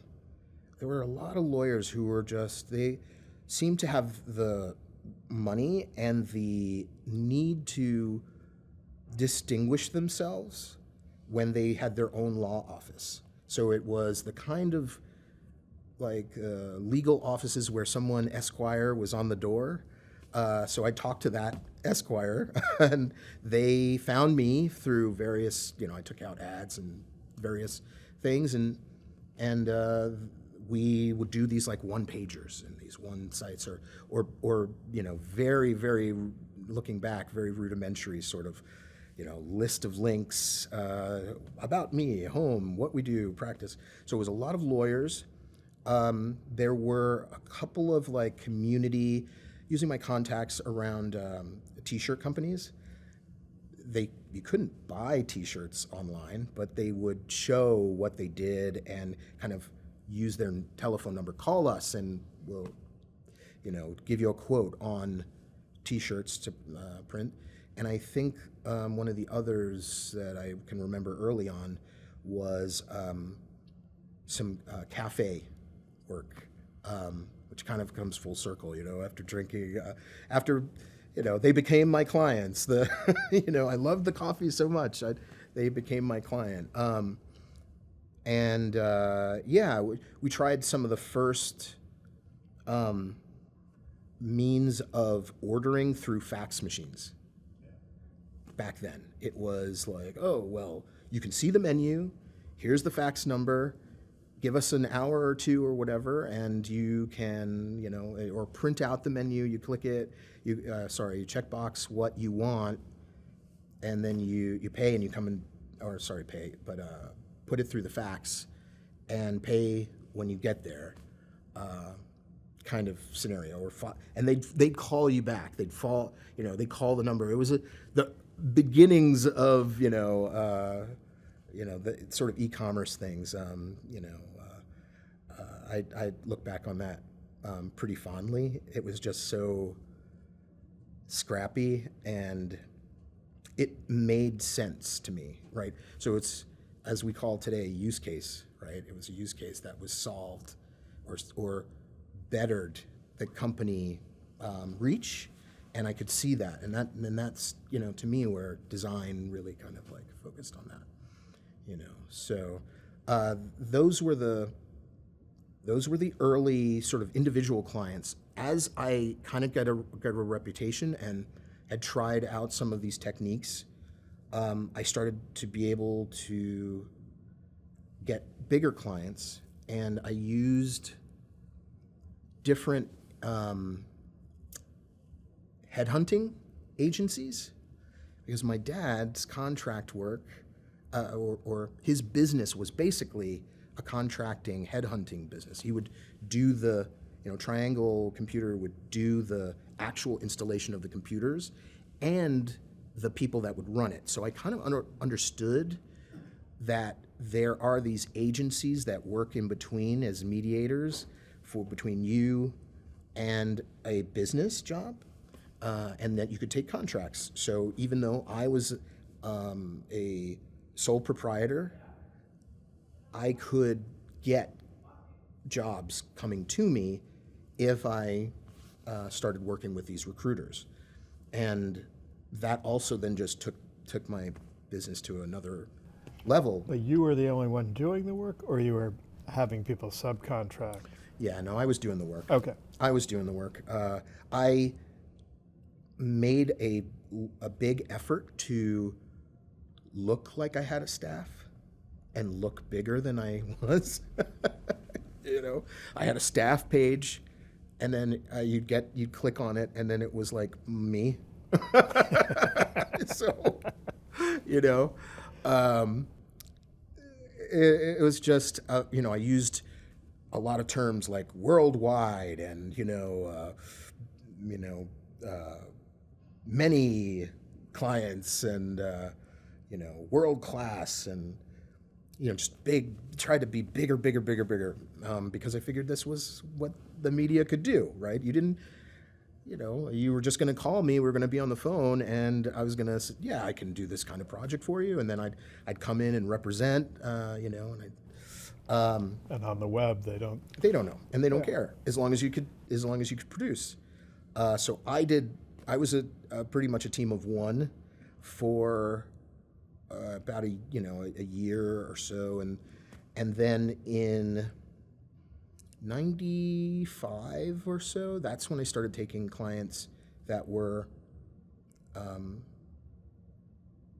advertising agencies. Those were bigger clients because they had bunches of accounts, and so one connection to an advertising agency gave me access to a lot of accounts and projects because they themselves were being asked not for print anymore. So there was Winkler Advertising downtown, which had clients like Sony and IDOS, a lot of technical clients. It was a great experience. And then also Saatchi & Saatchi, which is a well-known advertising agency. They had a satellite office near Levi's Strauss company down in that area of San Francisco, and they had clients like Avery Paper, or just a bunch of other things. It's still kind of a blur, but I was their operation, because they had managers who knew about the web and so on, but they didn't have coders. They didn't have, and it was just it was a different time. And so I was able to scoop up a lot of business. I, had this money coming in. I used my money, the money that would come in to, afford me trips to Europe and different places throughout the world. I had the opportunity to either double down and go toward building my own company, which, again, as a consultant, it's like feast or famine, or going into a more stable company that where I could do the kind of work that I wanted to do and then have like extra benefits and things like that. So kind of coming out of that era, as I said, I went to San Francisco State University, started getting all these clients, working. I'm glad that I'm here to talk about is that the ideas of telling my own story and as a black man and not having my story told for me presented itself because I had that experience of new media at a very, very early time period, so 96, and working at Net Noir. I found an ad, I think, and I went and applied, and I was, still sort of at the beginning stages of kind of what it could be and what my career and so on, and kind of had Data Kitchen as a foundation. Resume, Yeah, and so I met Letty McGuire, and she interviewed me, and I met David Ellington, and Letty interviewed me for this position of assistant art director, and I showed her print stuff, like literally physical print stuff, and other things, and she and I hit it off. And I said, this is somebody I can really learn from. She had that. And Net Noir's mission was something that I was truly, truly a believer that it needed to be told, and it needed to be our voices telling the story, telling our current history. And so, Letty runs and gets or asks David to come and view my work, and he comes in and he sees what I've done, and he's basically, it was that, and then we went from there. She advocated for me, he approved, and we went from there. And the first site had already kind of been stood up by the time I got there, but it was early days, and we rebuilt it. And this was in the transition from AOL to the web, right? I was actually there during AOL days. Yes, So it was the transition. Right. I mean, she was starting an HTML version, right? Yes. But yes. it was still primarily AOL? Yeah, AOL, the language was Rain Man, and I had to learn that because it's kind of behind the curtain. And so were you on AOL? Had you seen Net Noir on AOL? No, I didn't. I was sort of out there kind of just trying to make sites, and wasn't an AOL participator. I kept an ear on, but it was, these CDs that would come, and, Well, it was seen as backward at the time, mostly, right? Yeah. It was like, it seemed a little bit like clunky, Your father's online world. Or yeah, and my father's. I mean, not your father, but I'm saying it's like it's your daddy's. Your dad's, internet provider kind of system. But yeah, it wasn't my environment that I, just even sort of looking at it, it seemed to be, from a graphical standpoint, something that was a little bit more constrained, like it might be for something you'd use a remote control and see it on a TV, but not in the best way possible. So I was looking at the freedom that I had from HTML, and then looking at sort of Rain Man and the very, very structured way that you could plug in things. And, one site looked like another in a lot of ways, but I didn't know about it. I had answered the ad and then learned that there were these two properties because we were building out the web version. So it wasn't released.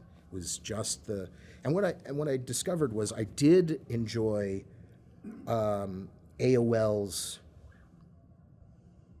product for chat, AIM. And which was a proto-social kind of thing. Yes, yeah. I sort of started to really enjoy the immediate interaction with people on these on AIM, There was another product that was popular, which is called ICU, I letter C CU. and U, and it forget who put it out, but it was another web-based kind of tools, very similar to AIM, But and not IRC, Internet Relay Chat. Though. yeah, I Okay. mean maybe it is. No, Yeah, let's look it up. Yeah, but that's the one I remember being between those two, AIM and ICU, and then from there I really started building the sites with Letty that were related to sort of social groupings. It was I was enthusiastic that it was the first internet location for Black people on AOL. I'm very proud of that I was a part of that, and that a lot of my Photoshop and design work was featured in our banners or ads and things like that, and yeah. And had you been, I mean, there wasn't a whole lot of African American content online at that point, but I mean, CompuServe they were just starting Right. theirs, and then there were some CD-ROM based things. Mm-hmm. I mean, were you familiar with what was out there? I was aware of a small but mighty community of people that were Black and producing content. The idea that if you were Black and you were online and you were a programmer or a designer, that you sought to coalesce around a community was not like the path for everybody, right? We were out there making what we thought was good work and interesting and forward-looking kinds of material that may or may not be African American related or people of color related. I did sort of hear about, folks that were online but we'd already started with the web version, and that's really where I started hearing the connections. Before that, it was just, that person over there, they are part of, Alta Vista, or, there was people working out there in the network, or, that person over there, we would find ourselves through just networking. But as far as a community goes, only after Net Noir, starting there, did I hear about these CD-ROMs or these companies or loose chat groups that were starting to spring up. So it was through Net Noir. Through Net Noir, yeah. right. Because I was kind of coming at it as sort of an academic exercise and my own personal business, and the work that I was putting online really wasn't mine. It wasn't for me. It was design. It was for clients. So it was not that kind of thing. Okay. So Yeah. talk about what was it like at Net Noir at the beginning, and Okay. So in the beginning, there was a very small office that we shared with other architects. I distinctly remember there was this little atrium that had some plants in it, and it went all the way to the ceiling. But there were only 2 floors or 3. But the offices were small, and you could sort of see across to the other offices, and it was tight quarters, but we knew we were doing something special because we were the first, and that we knew that it was important, and that a lot of people were relying on us for content. We had that feedback coming in emails and so forth. It was a lot of late nights and deadlines and being resourceful in terms of how we got the content. You know, there weren't as many sort of online repositories now, or Google wasn't around, so you didn't go to Google and say, let me get some images of A, and you'd get it. A lot of times it was scanning.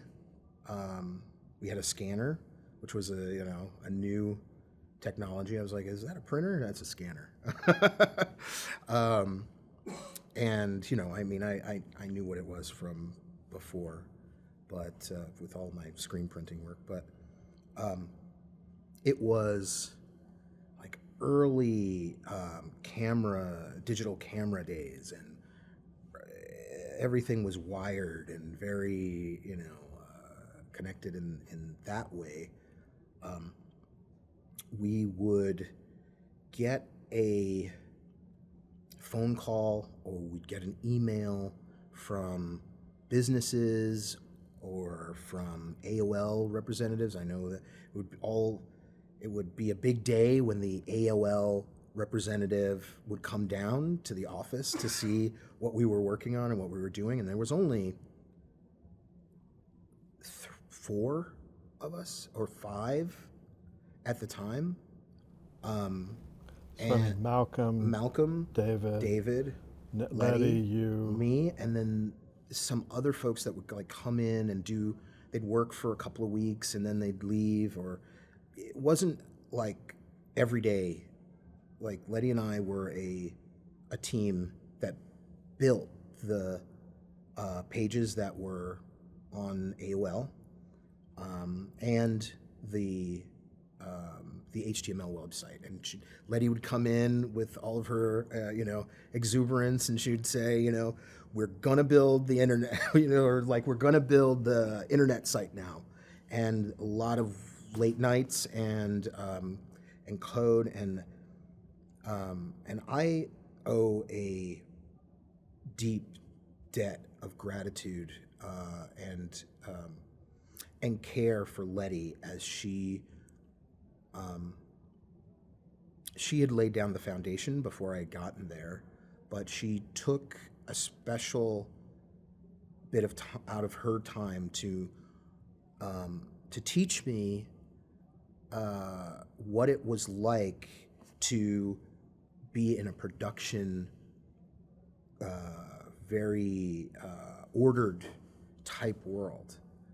Whereas when I was working out in the wilds, it was as I did it, as when it got done, and when, and it was just my own negotiations. Whereas getting a lot of interest and clients from the funnel from AOL, they'd have links to the African American experience around a certain business or product, right? So if it was, some corporate thing for like Pepsi or something like that, they wanted to do a web presence that spoke to not only their products, but also to, the African American culture around something like, different holidays, different things. We would be the people that they would call, and we would build, and we'd have these deadlines to make, and it was very much a go, long hours environment, and but it was also very rewarding in seeing this stuff, and that the things that we created, we used Qt FTP, I think, a lot, and Mac machines, and then eventually there were the Mac clones. I remember for a short period of time there were these towers that we could get, and so we got a bunch of those, and we were able to run as if it was a Mac computer. This is back in the day, and we would just innovate. And when I say innovate, I mean it's hard to imagine now because certain things are really just commonplace. But at the time, being able to have a video, for example, on a website, it's like you had to have the plugin. It didn't work with all browsers. We're talking about like Netscape 2.0, 3.0, right? And you had to have the specific one that worked with the specific file format, and before you could even sort of embed that kind of experience with more high bandwidth, you had to make sure that the people knew that they had to download and all that stuff. So there was a lot of this pre-work that went into, this is like also again before Flash and But this was the Splash. so Shockwave came out in like After. 90. Yeah, right. So this was, but as far as like proliferation and so on, I would say we didn't start playing around with that until maybe late 96, 97. So you were giving people the menu of like 6 different ways they could. If you have this browser, you If you can had get go this here, plugin. yeah, and go here, and we'd have them posted so that we could, have that done. But Letty, I remember, she came in all excited that she had stayed up, the night before, and she was like, "Sean, I found a way to get video on the website." And I'm like, "Oh, okay." And I start thinking about, did you create a universal plugin? Did you? And she was like, "Nope, doesn't need a plugin. Nope, doesn't need." And I was like, "Wait, but it needs to have this." And she's like, "Nope, absolutely. Just it works on all browsers." And I was like, "Okay, this I got to see." And because there was just nothing. What there was at the time were, as they have today, GIFs. GIFs. Yeah, right. And they were used for, like, here's an image, and then it would be replaced by another image, and then it would be replaced by another image, and you got a little bit of control in it. Early on, you'd have to program it in, but like, eventually it got to a point where even, if I want to say, definitely Photoshop allowed you to kind of output an animated GIF. And she figured out, without a lot of reference, that you could take a video of, and however you got it in, but a digital video, and have it imported into Photoshop as layers. So that was the beginning, the sort of first sort of like idea that you could have a timeline that was represented. And she actually got it into, or it might have been the other way around, but I think it was called Macromedia Director, if you're familiar with that one. Well, yeah, they did Shockwave. Yes, they did Shockwave. Before that, they had Director, and it was a big hunkin'. The CD-ROM era. It was a CD. All the software you had to install with a CD-ROM. It wasn't right, but they were also, you could create CD-ROMs. Oh, yeah, absolutely. Yes, the output. What it was mainly used for at the time was to make CD-ROM stuff, which was what we did a lot of that kind of work, because Net Noir would get these, as I mentioned, these clients that would want to do these either special events or build their site for them. One of the things that was upsold to them was multimedia.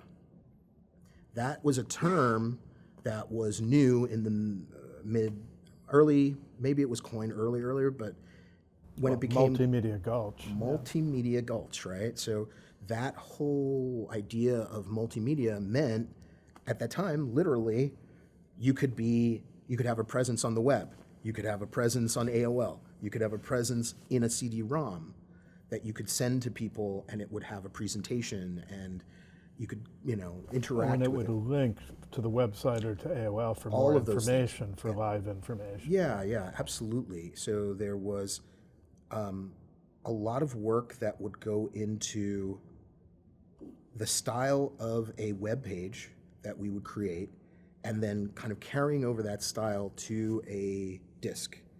And we'd create a master type disc, and that would be their, we would then hand that over to the client, and then they would mass produce it and so forth, right? So that experience is kind of also where, experience with NetObjects was because they were all about shrink wrap CDs to get to a certain point. So there was a lot more deadline, like in the sense that deadline was the drop dead deadline, because there was physical media that would have to go out. Whereas today it's I think the deadline is coming back, but it's, for a time there it was like, oh, we can change it. It's a website, we can change it anytime. Dynamically. Yeah, like we'd make deadlines and we'd slip, and it would not be like a big deal other than our own sort of, So you were producing these side projects in Yes. essence for these clients, Yes. and you're maintaining the AOL site, of course, and Yes. also was the HTML version, did it start as pretty much porting everything from AOL, or was it different? What was the overlap? It was rethinking it. It wasn't.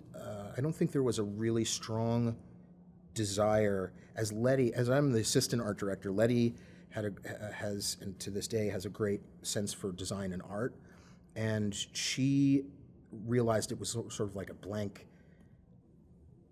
page, and she was like, I don't want to just take what we had here and just do a one-to-one swap representation of it.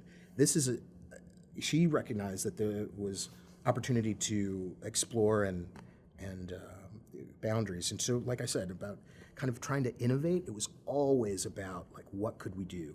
What could we push and it wasn't driven by, some real desire to prove anything about being black people on the early web. It was really about living in this environment where we had opportunity to use our minds in a way that could free our creative side, which obviously then was talking about our cultural background and things that we found interesting. So we did a lot of the sort of CD-ROMs, and a lot of our work got passed around with zip drives, and it was a kind of time that was really exciting, because even just finishing up that idea of a video being an animated GIF was, whoa, okay, let's do it. And we would then find ways that we could integrate that into our design of pages that gave us a really sort of unique look at the time, and a unique sort of feel. Along with a lot of other campaigns that came around. I remember one was the Jackie Robinson's anniversary of breaking the color barrier. There was a whole campaign behind that. I think, I don't want to misquote, but it was a company along the lines of a Visa, or that size kind of company that came in, and either through the AOL connection or just other sort of sales connections, we got the campaign to do this for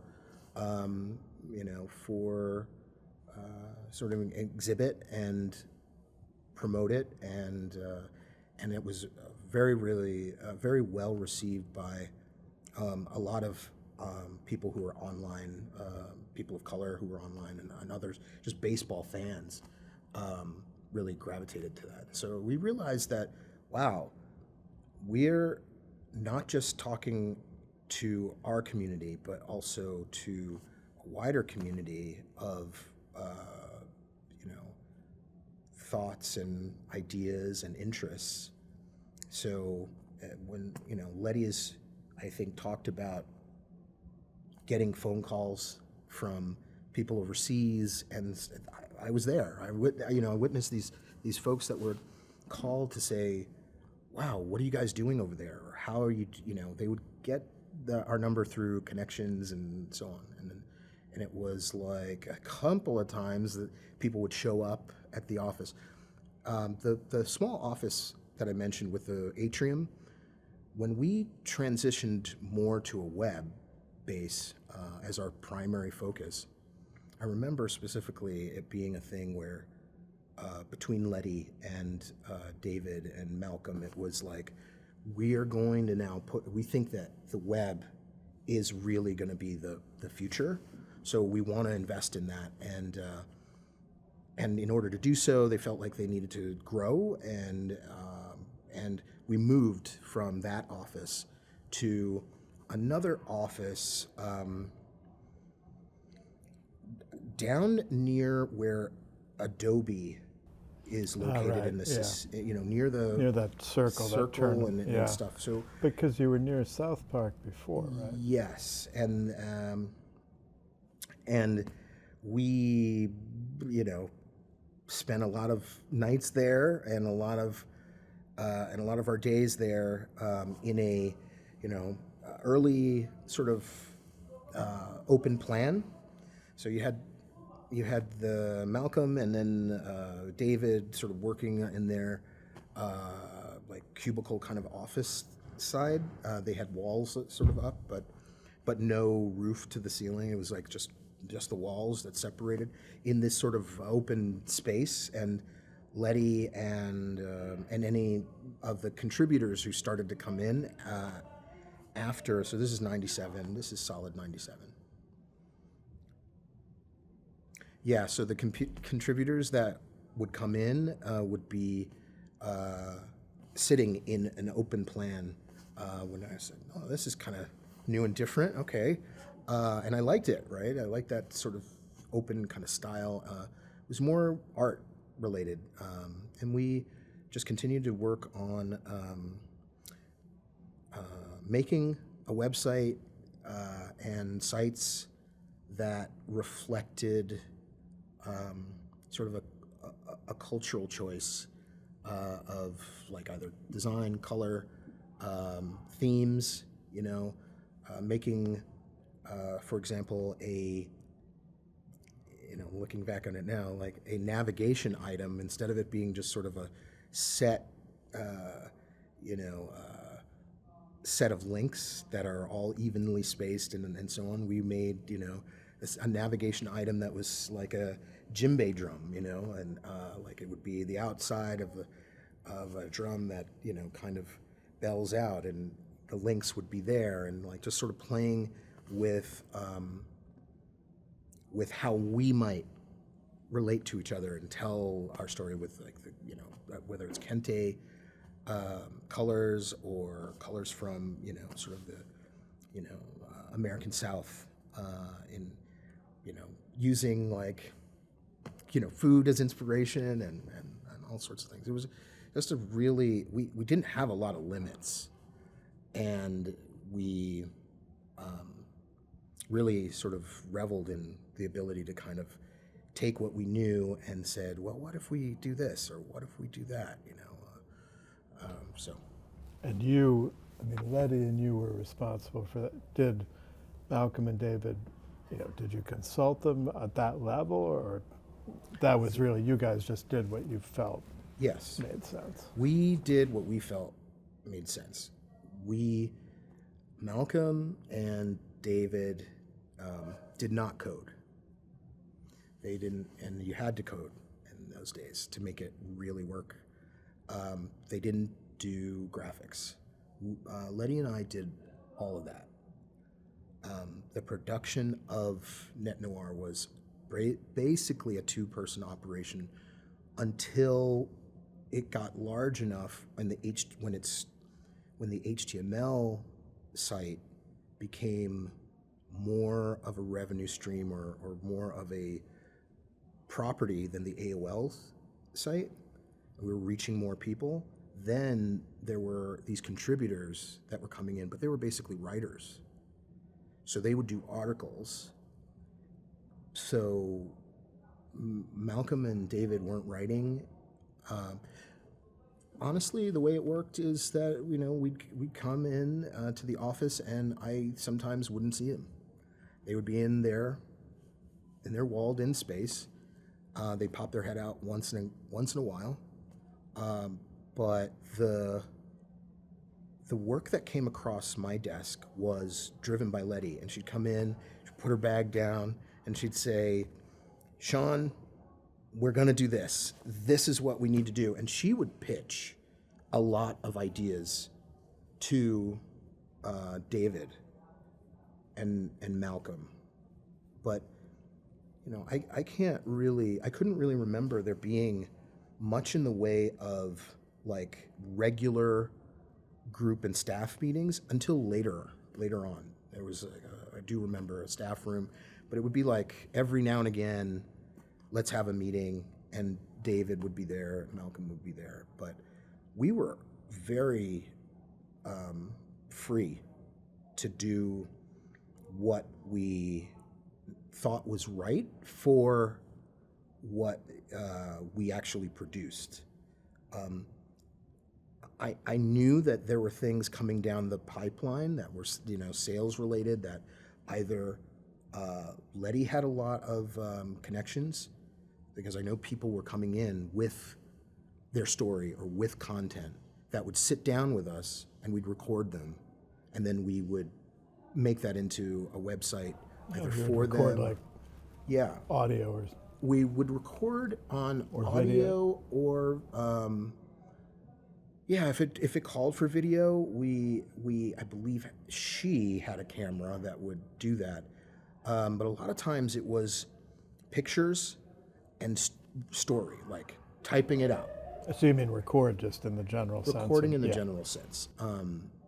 Recording. I remember it more as recording, like, here's a picture of so-and-so. They came into the office. They are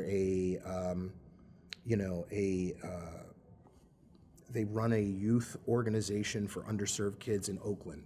And they would come in, and they'd sit down, and we'd take pictures of them, and then we'd talk with them. And either the contributing writers would be involved, and they'd take down their notes and write it up, or we would do that ourselves. It was like all hands on deck all the time. It was code, copy. There was nothing that we were not empowered to do to make it work. Creating art, taking photographs, uploading, downloading, scanning, was all the stuff that it needed to be done to create the Net Noir site. And, the AOL work started to trail off, and more HTML started going up. And that's the way it was most of the time. So, I knew that things were coming through the sales pipeline, which what I assumed was going on with the business folks.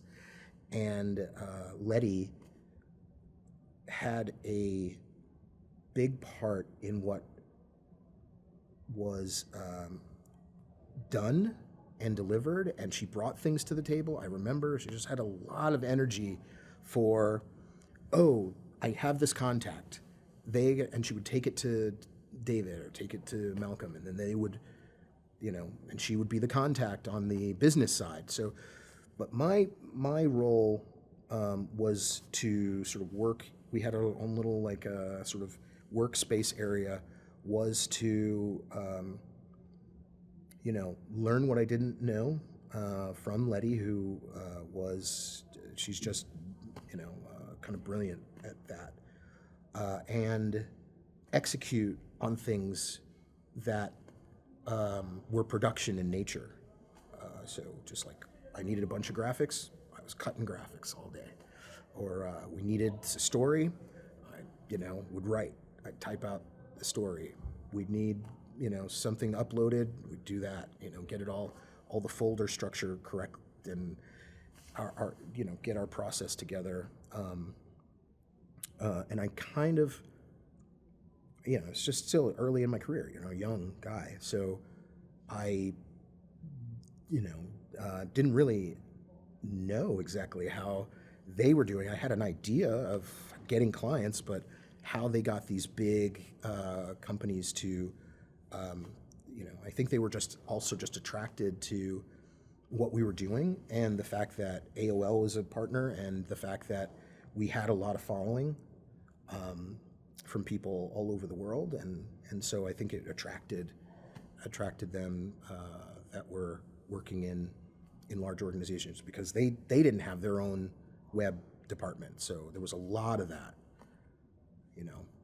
And did you get any, I mean, there were probably no comments, but like feedback from users? I mean, did you have a sense of how it was being received and who was reading, or was that pretty much just one way you were putting it out? No. Yeah, it's a good point. I wasn't paying attention too much to the feedback we were getting when we were building it, because there wasn't any reference. It wasn't rebuilding. It wasn't we decided not to just redo the AOL version.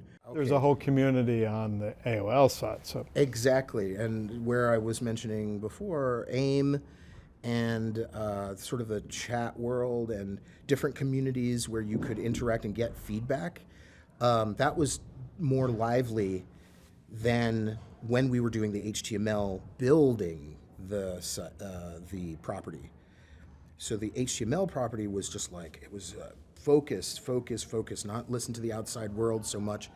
Letty and I building, and then once it got going, and as I was saying, more of the focus began to be on the HTML side with contributors and writers. That's when I started to pay more attention to the mail that we were getting in and the groups that were really relying on us as a news source. There was a hunger out there that we started to realize that people were like, this is the only place I can get this kind of talk or news, about these kinds of subjects that matter to us, right? And it was a still very, very early point of the web and the internet.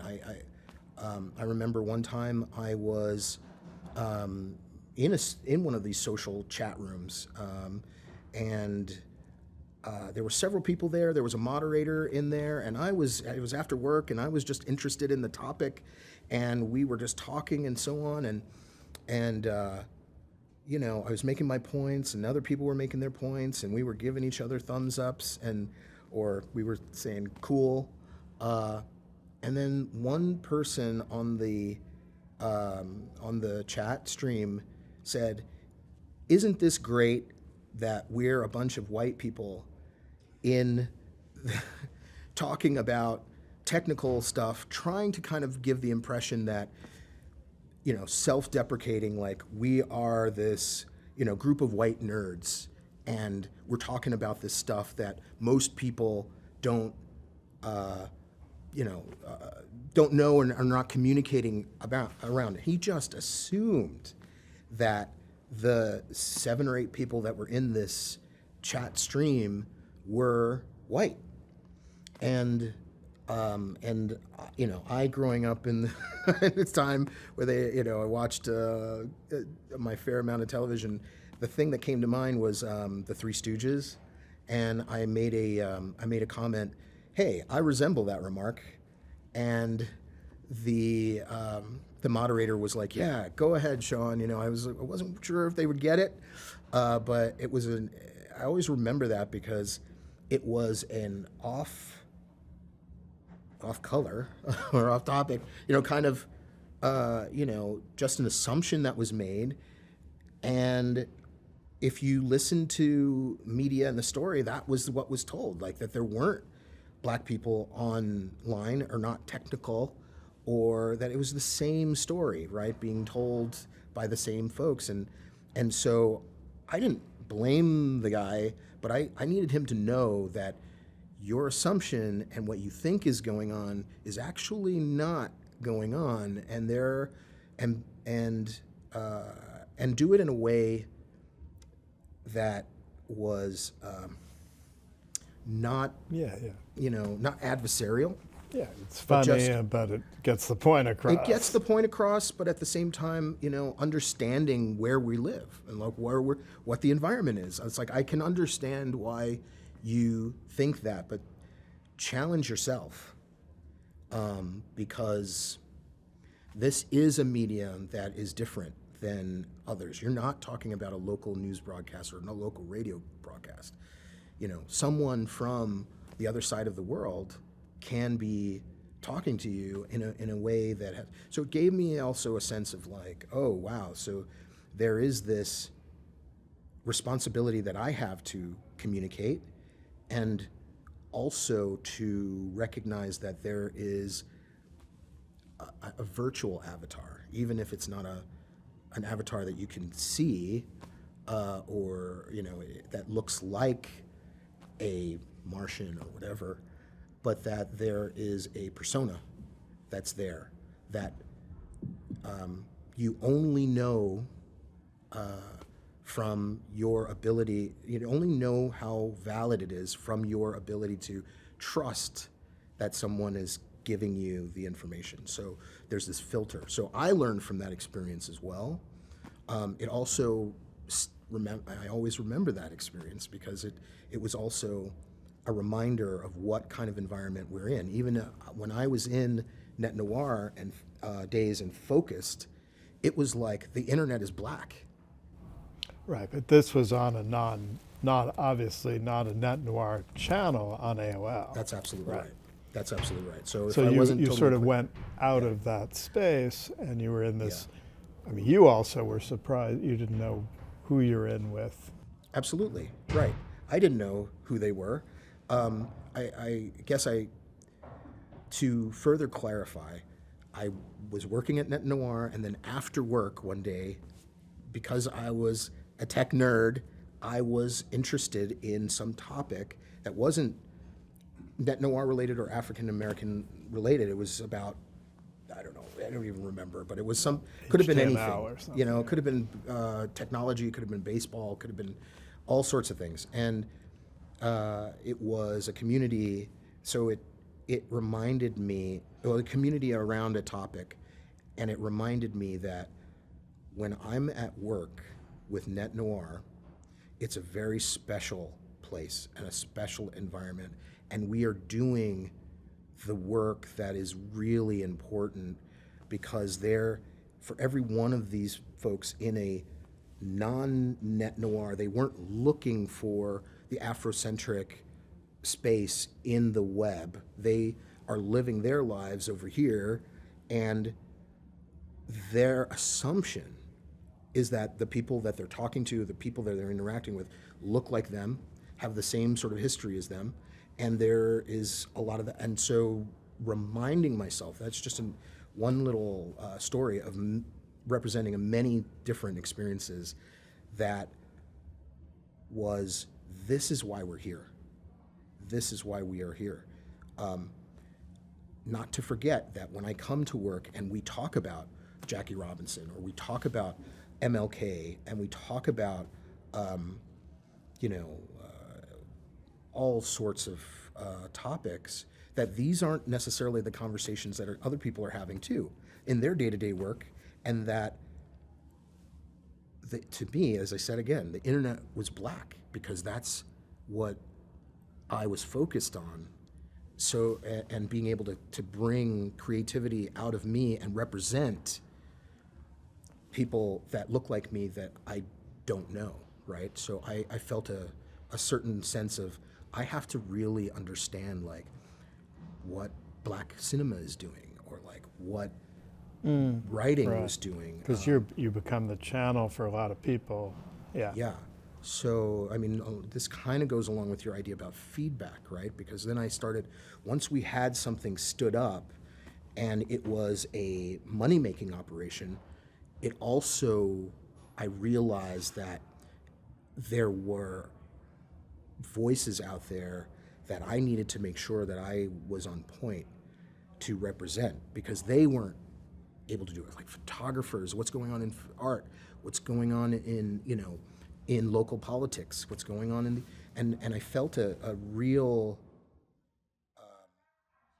even if I had a desire, like I said early on, about not wanting my story to be told by others, it was realized that there was it became realized that I bore a responsibility to stretch myself into understanding and realizing like what the pulse of our community, and from an art perspective, from a national conversations perspective, was. And that thirst wasn't just technical and being a nerd, it was about also being this conduit. Yeah, you became a gatekeeper, Absolutely. whether you wanted to or not, and you had to. Absolutely. You had So we responsibility. came along that kind of path, and it enriched my life. It enriched my life. So as I said, the internet was black to me.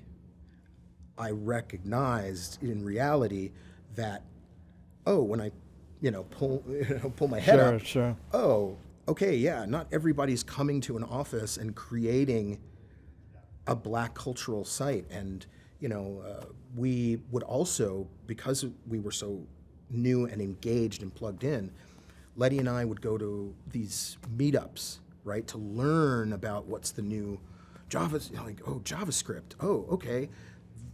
Different language write-up, markup, and informal sort of get-togethers where people would share their experience or that they were looking for a job or so. And I remember, like Craig Newmark and different folks of like that would show up at these things. It was very much like a community, small and you just community. look back and you say, oh gosh, wow, guys that started, Netscape. Oh wow, they were, Mozilla. We would go to these things. They would be there. They'd be either, and it was just, community is a word that's over sort of stylized and used, but it really was a sense that we were all doing something new, and even in our own area, our own backyard, we were the gatekeepers of whatever that thing was, right? So whether it was like listservs or whether it was, different cultural things like this, a lot of Hispanic sites were coming up, and different areas, Asian sites were coming up, and just being able to sort of cross-share. It didn't seem as siloed as it kind of does today, and very specialized as it does today. It was just like sharing and coming to these groups, and somebody would like bring food and potluck or whatever, and from that sort of era is where I got the idea, because I was still doing sort of contract work and client work, that I would go to these offices in these advertising agencies as well, and they would have these meetings where there was all this food left over. So they'd have tons of sandwiches, and this is the era where people were really surprised there was a pool table and all this stuff for young people to kind of work around. But I just felt like it was such a waste. So after going to these contracts and meetings, I would anytime I'd see something like that seemed to be laid out after hours, after 6, after 7, when I was still there, this is during the Net Noir days, I would take I'd take what was there and I'd go and hand it out down in, so that's the Data Kitchen, It became a it physical. became actually a little delivery service. Like, I'd drive my VW van and I'd go down to certain areas in San Francisco, and I just felt like it was just just coming from my background, it was do not waste, and especially food and those kinds of things. How did it end with Net Noir? I know they sort of but Yeah. very briefly the next major things you did. Okay. So yeah, after in about 1997, I think at late 97, I still want to say that because I had moved from California back to New York in 1998. So I think the end of my time with Net Noir was, was one of the, it was a difficult time.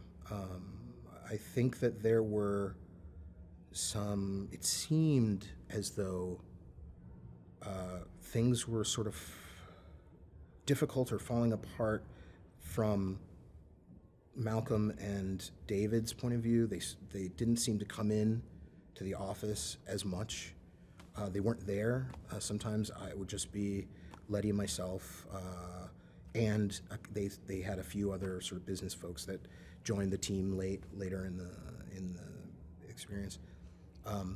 There were, from a content perspective, there were at least one other site that came up after that was like black-centered, black voices, some other kind of properties. So it wasn't the only game in town, and there were pressures from New York's Silicon Alley scene for these dollars. And so something I felt was different in the wind. And eventually I was, I think it was Malcolm or David, one of them, they pulled me into a room, and so it wasn't Letty, but it was one of those, they were like, we're shutting down your area, like the properties that I would update and things. And, we're sorry about this, but we're gonna have to let you go. And it was a hard thing to take because I had put so much of my identity into what we built. My home in terms of learning and tapping into culturally, like this was feeding me so much, spiritually, emotionally, all of this stuff. So it wasn't just like leaving a job. It was leaving the family and the laughter that and the this, that, and the other, and my conduit to understanding what modern black culture was, and I didn't know how I would continue. Like, how would I, So what did you do then? So I took some of my money and I went traveling, and I just tried to sort of calm down and find myself. And I had saved, thank goodness, enough that after I sort of settled, I decided that I was going to go back to the East Coast. So I left California and kind of returned as the conqueror on an elephant, riding back into back home, because I had been a forerunner in my own family. As I mentioned, no one has ever been to California. My mother has not been to California, stuff like that. So it was going back and coming back with a nest egg, with a little bit of this, and a lot more experience. So one of the first things I did was I helped build the Madison Square Garden website in New York. I also worked for Chris Blackwell, who started Island Records, who discovered Bob Marley, discovered U2 and a lot of other bands. And so he kind of sold his library and his share to Polygram, and created this site, Sputnik 7, which was an early media company, and started working for them for some time. Worked in London under that arm, and then started to work in a company called UBO. This is the super heady days of the .com. So it was like 1999, and I still had my entrepreneurial spirit, and I created a site called IMNYC with a friend of mine, Sean O'Rourke, and we could talk about that. But it's also a real deep kind of conversation about urban, first generation Black leaning kind of media. And UBO, Urban Box Office, was started by Mr. Jackson, who's part of Motown, and we had a lot of people coming in from sort of Black music and entertainment. That was around the 99 and 2000, and eventually the .com bust happened, and we were a company of like 400, had a building on the west side. Crazy stories about how that how that world worked, and a lot of the sort of Black oriented websites and properties that were there, and communities that were springing up. So UBO was attempting to sort of be a hub for that kind of material. So urban-based, first-generation people.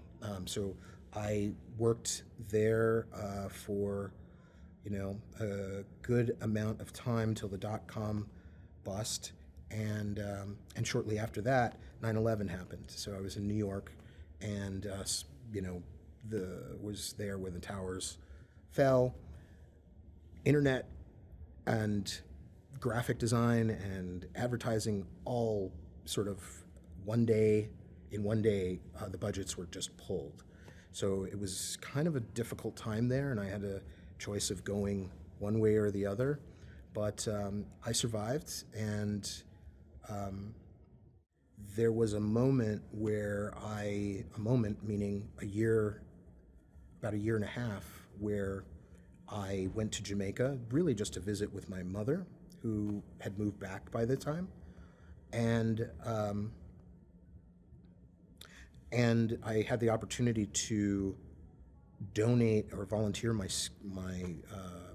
computer skills to teaching kids between like 8 and 16. I'd say that age range is like, the school system's a little different, but I operated with a group that got a lot of computers delivered or donated from Florida, and then through the school system, I was able to just donate time. I had the resources, and as I said, the job market in New York was really flat. So and a lot of people wanted to realize a better future for themselves, and they were there was a lot of sort of self reflection, and I was no different, and I felt like I needed to do something.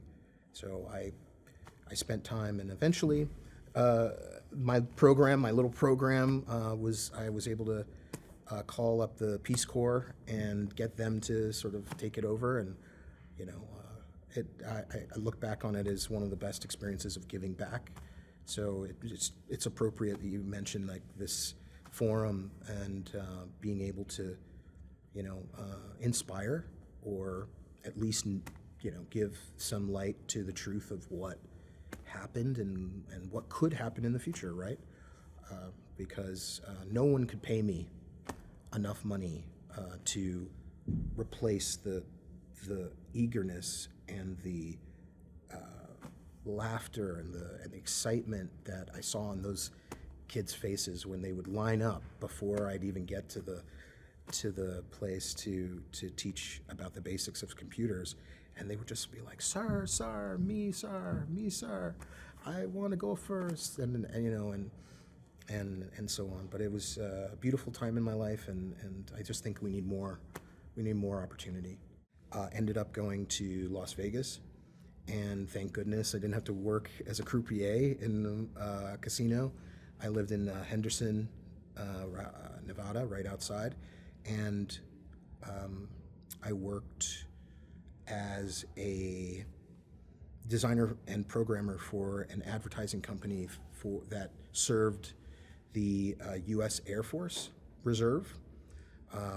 So it was an advertising opportunity, and I worked there for some time, and then eventually decided, you know what, it was not a bad life living out here in San Francisco and California.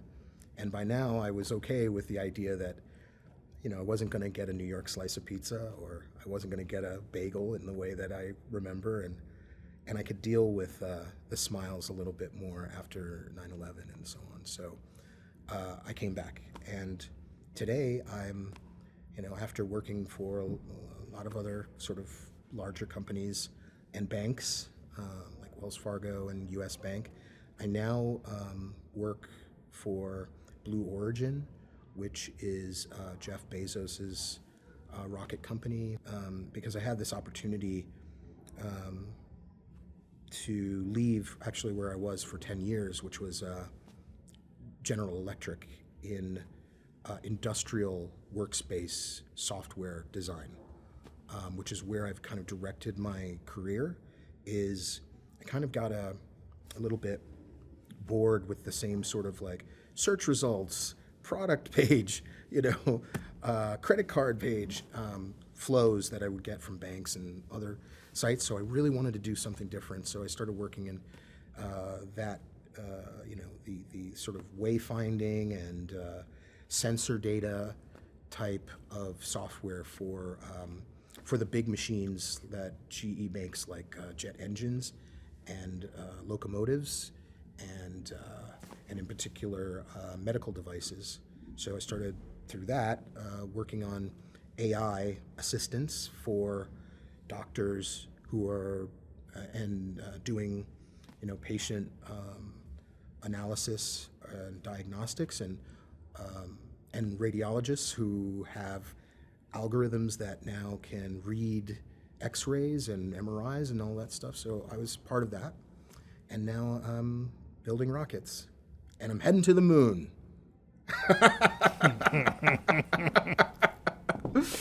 So Your father would be proud that you went back to a more I scientific engineering direction. came full circle, right? It came full circle. So I think my dad, you know, is somewhere right now engineering his wings, and you know, looking down and is pretty proud. I know as I've gotten older, I'm much more proud of him, and especially my mother, which, you know, I would dedicate to my family and all of those that are seeking sort of a better life, you know, and the life that America sort of has as a promise and an opportunity that, you know, just thinking about how this started all those years ago in a bus in Jamaica, in the hills, and in this, you know, city that, you know, I don't think that my parents could have imagined that their sons would have gone to, you know, some of the best universities in the country, and, you know, are now, you know, leading in their field for African American men, especially. So, but we need more. We need more. We need more African Americans. We need more people of color in technology and in this space. And I know this is a conversation that's ongoing, but it starts from the youth and from our parents. So, Yeah, and the anyway. hope is some of these interviews can at least be interesting to people that might want to follow. And I would love to be another conduit or a point of giving back, or, you know, helping along the way. That's what I've looked to do throughout my career, and so thank you very much for your time. Well, thank you for a wonderful interview.